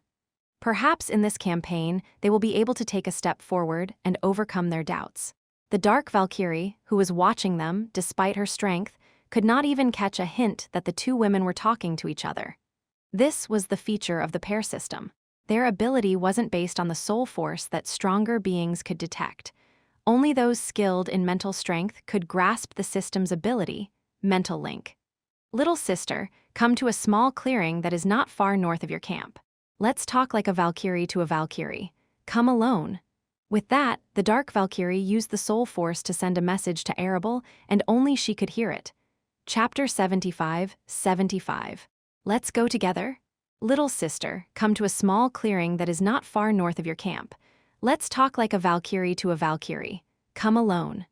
With that, the Dark Valkyrie used the power of souls to send a message to Arabel, and only she could hear it. Arabel was very surprised to receive the message through the soul force. She stood up abruptly, startling Eulalia. "What happened?" asked Eulalia, alarmed. Arabel did not immediately respond, still in a state of shock. She hadn't expected this turn of events. Quickly realizing what she had heard, she immediately realized that the sender was the Dark Valkyrie from the Adventurers Guild. Arabel couldn't believe that this Valkyrie had been following them all this time. It was only now that she realized that the strange feeling she was experiencing was the result of this particular Valkyrie watching her.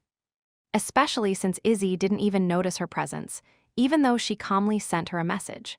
"Nothing, everything's fine," Arabel replied to Eulalia, who became increasingly worried when Arabel did not answer her question.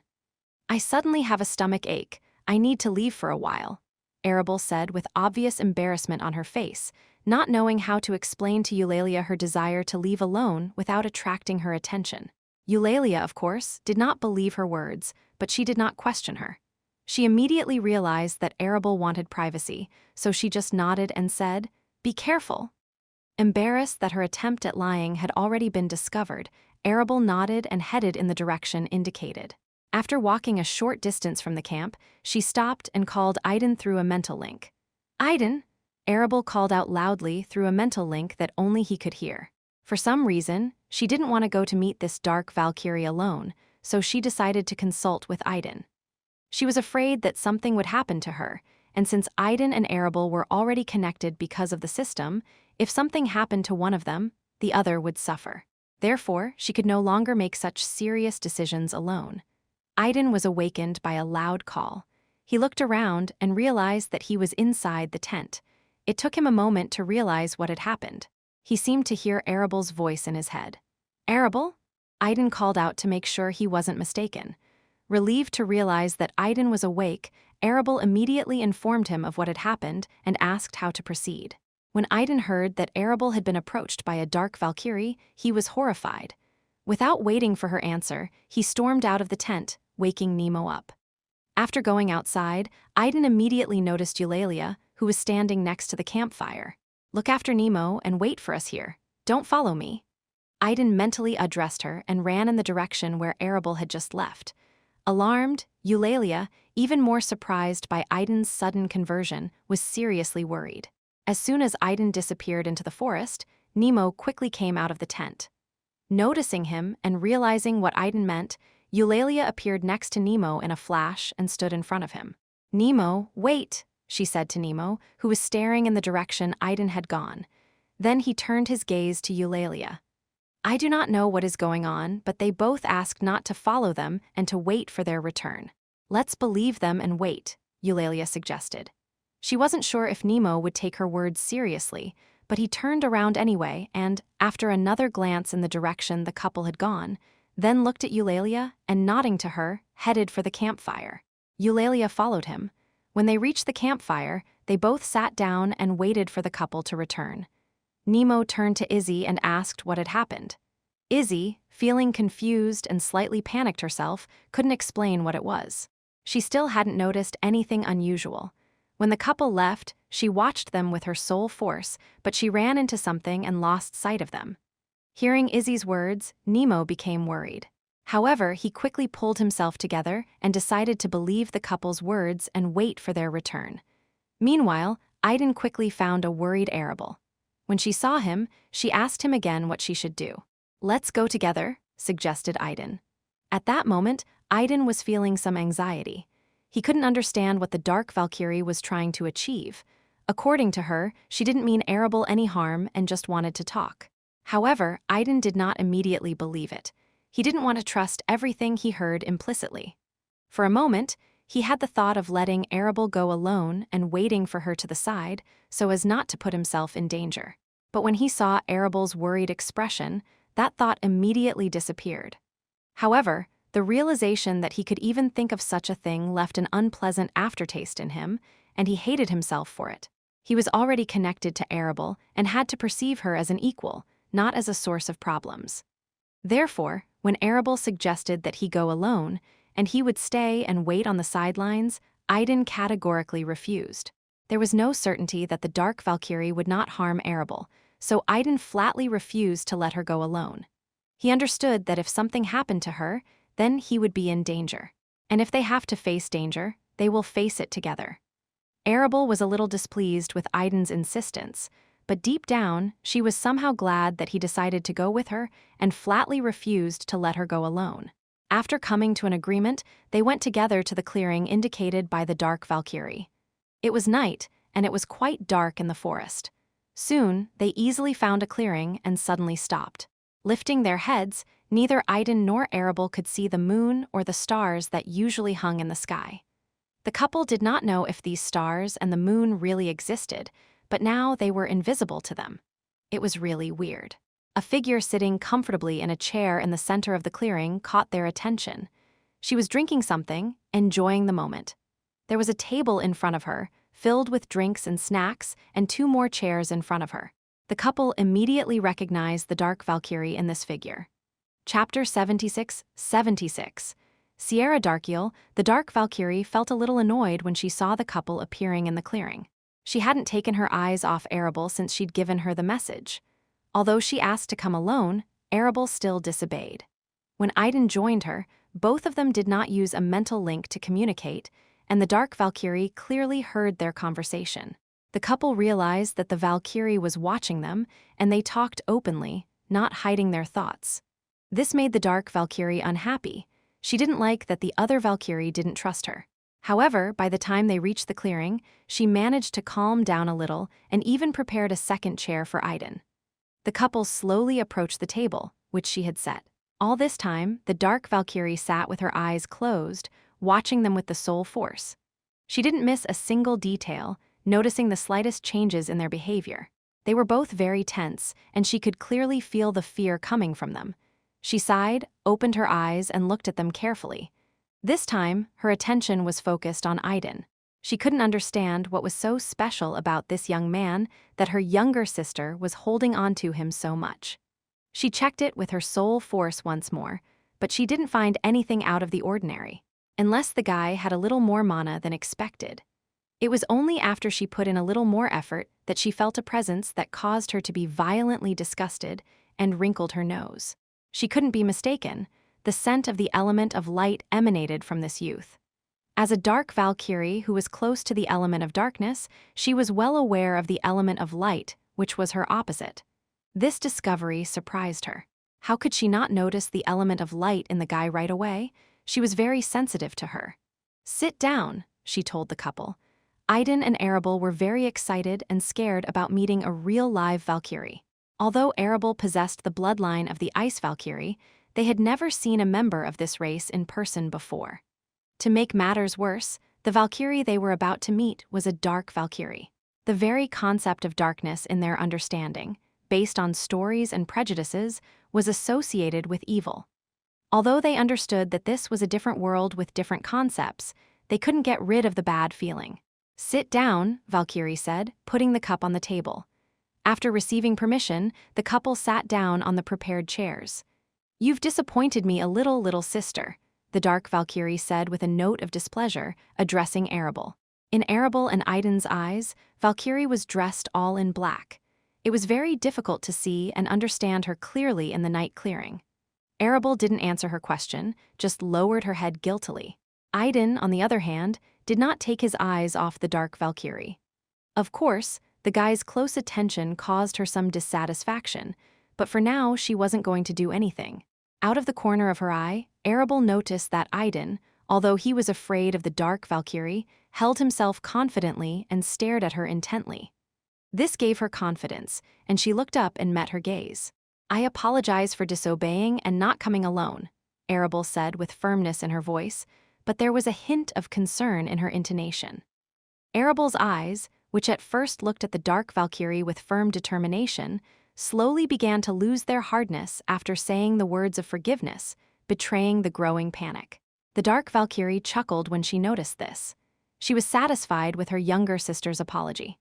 "Let me introduce myself first, little sister." With these words, the dark Valkyrie rose to her feet, and her black cloak, like liquid, began to flow down her body, turning into 3 pairs of huge black wings on her back. Beneath the cloak was an elegant dark leather armor. Its appearance and patterns betrayed the skill of the creator, who was clearly a master of his craft. Idan and Arabel had never seen armor of this level and quality before. Compared to this armor, their own adventurer outfits seemed like nothing more than beggar's clothes. "My name is Sierra Darkiel. I am a dark Valkyrie of the legendary rank." Sierra introduced herself, revealing her true form. Greeting 2 unfamiliar Valkyries when they first met, when they didn't have to hide their true identity, required this kind of introduction. She had long black hair that reached to her hips, eyes as dark as night, and black lips. Unlike them, her skin was snow white and could rival Arabel's skin when she took the form of an ice Valkyrie. Idan and Arabel were enchanted by her beauty. Her wingspan was much larger than Arabel's. After regaining her senses, Arabel stood up from her chair and took off her ghost mask, revealing her true appearance. Her black hair immediately lengthened and turned bright red, and her eyes turned azure. "I am Arabel Morgan, pleased to meet such a legendary person as Miss Sierra," Arabel introduced herself. After greeting her, she looked at Sierra, but she didn't say anything. She just looked at her as if she was waiting for something else. "I assume Miss Sierra already knows or has heard that we have come from another world?" asked Arabel. The fact that she and Idan ended up in this world was no longer a secret. From the very first days, everyone was aware of this, and Arabel was sure that such an outstanding person as Sierra could not help but hear about them. "Yes, I'm aware of that," Sierra replied shortly. "Then I will not beat around the bush and immediately dispel your doubts, Miss Sierra. I'm human," Arabel suddenly announced, much to Sierra's surprise. Sierra couldn't believe it. But before she could do anything, Arabel continued. "Although I, like my partner, are human, we have the ability to integrate the bloodlines of other races," she confessed.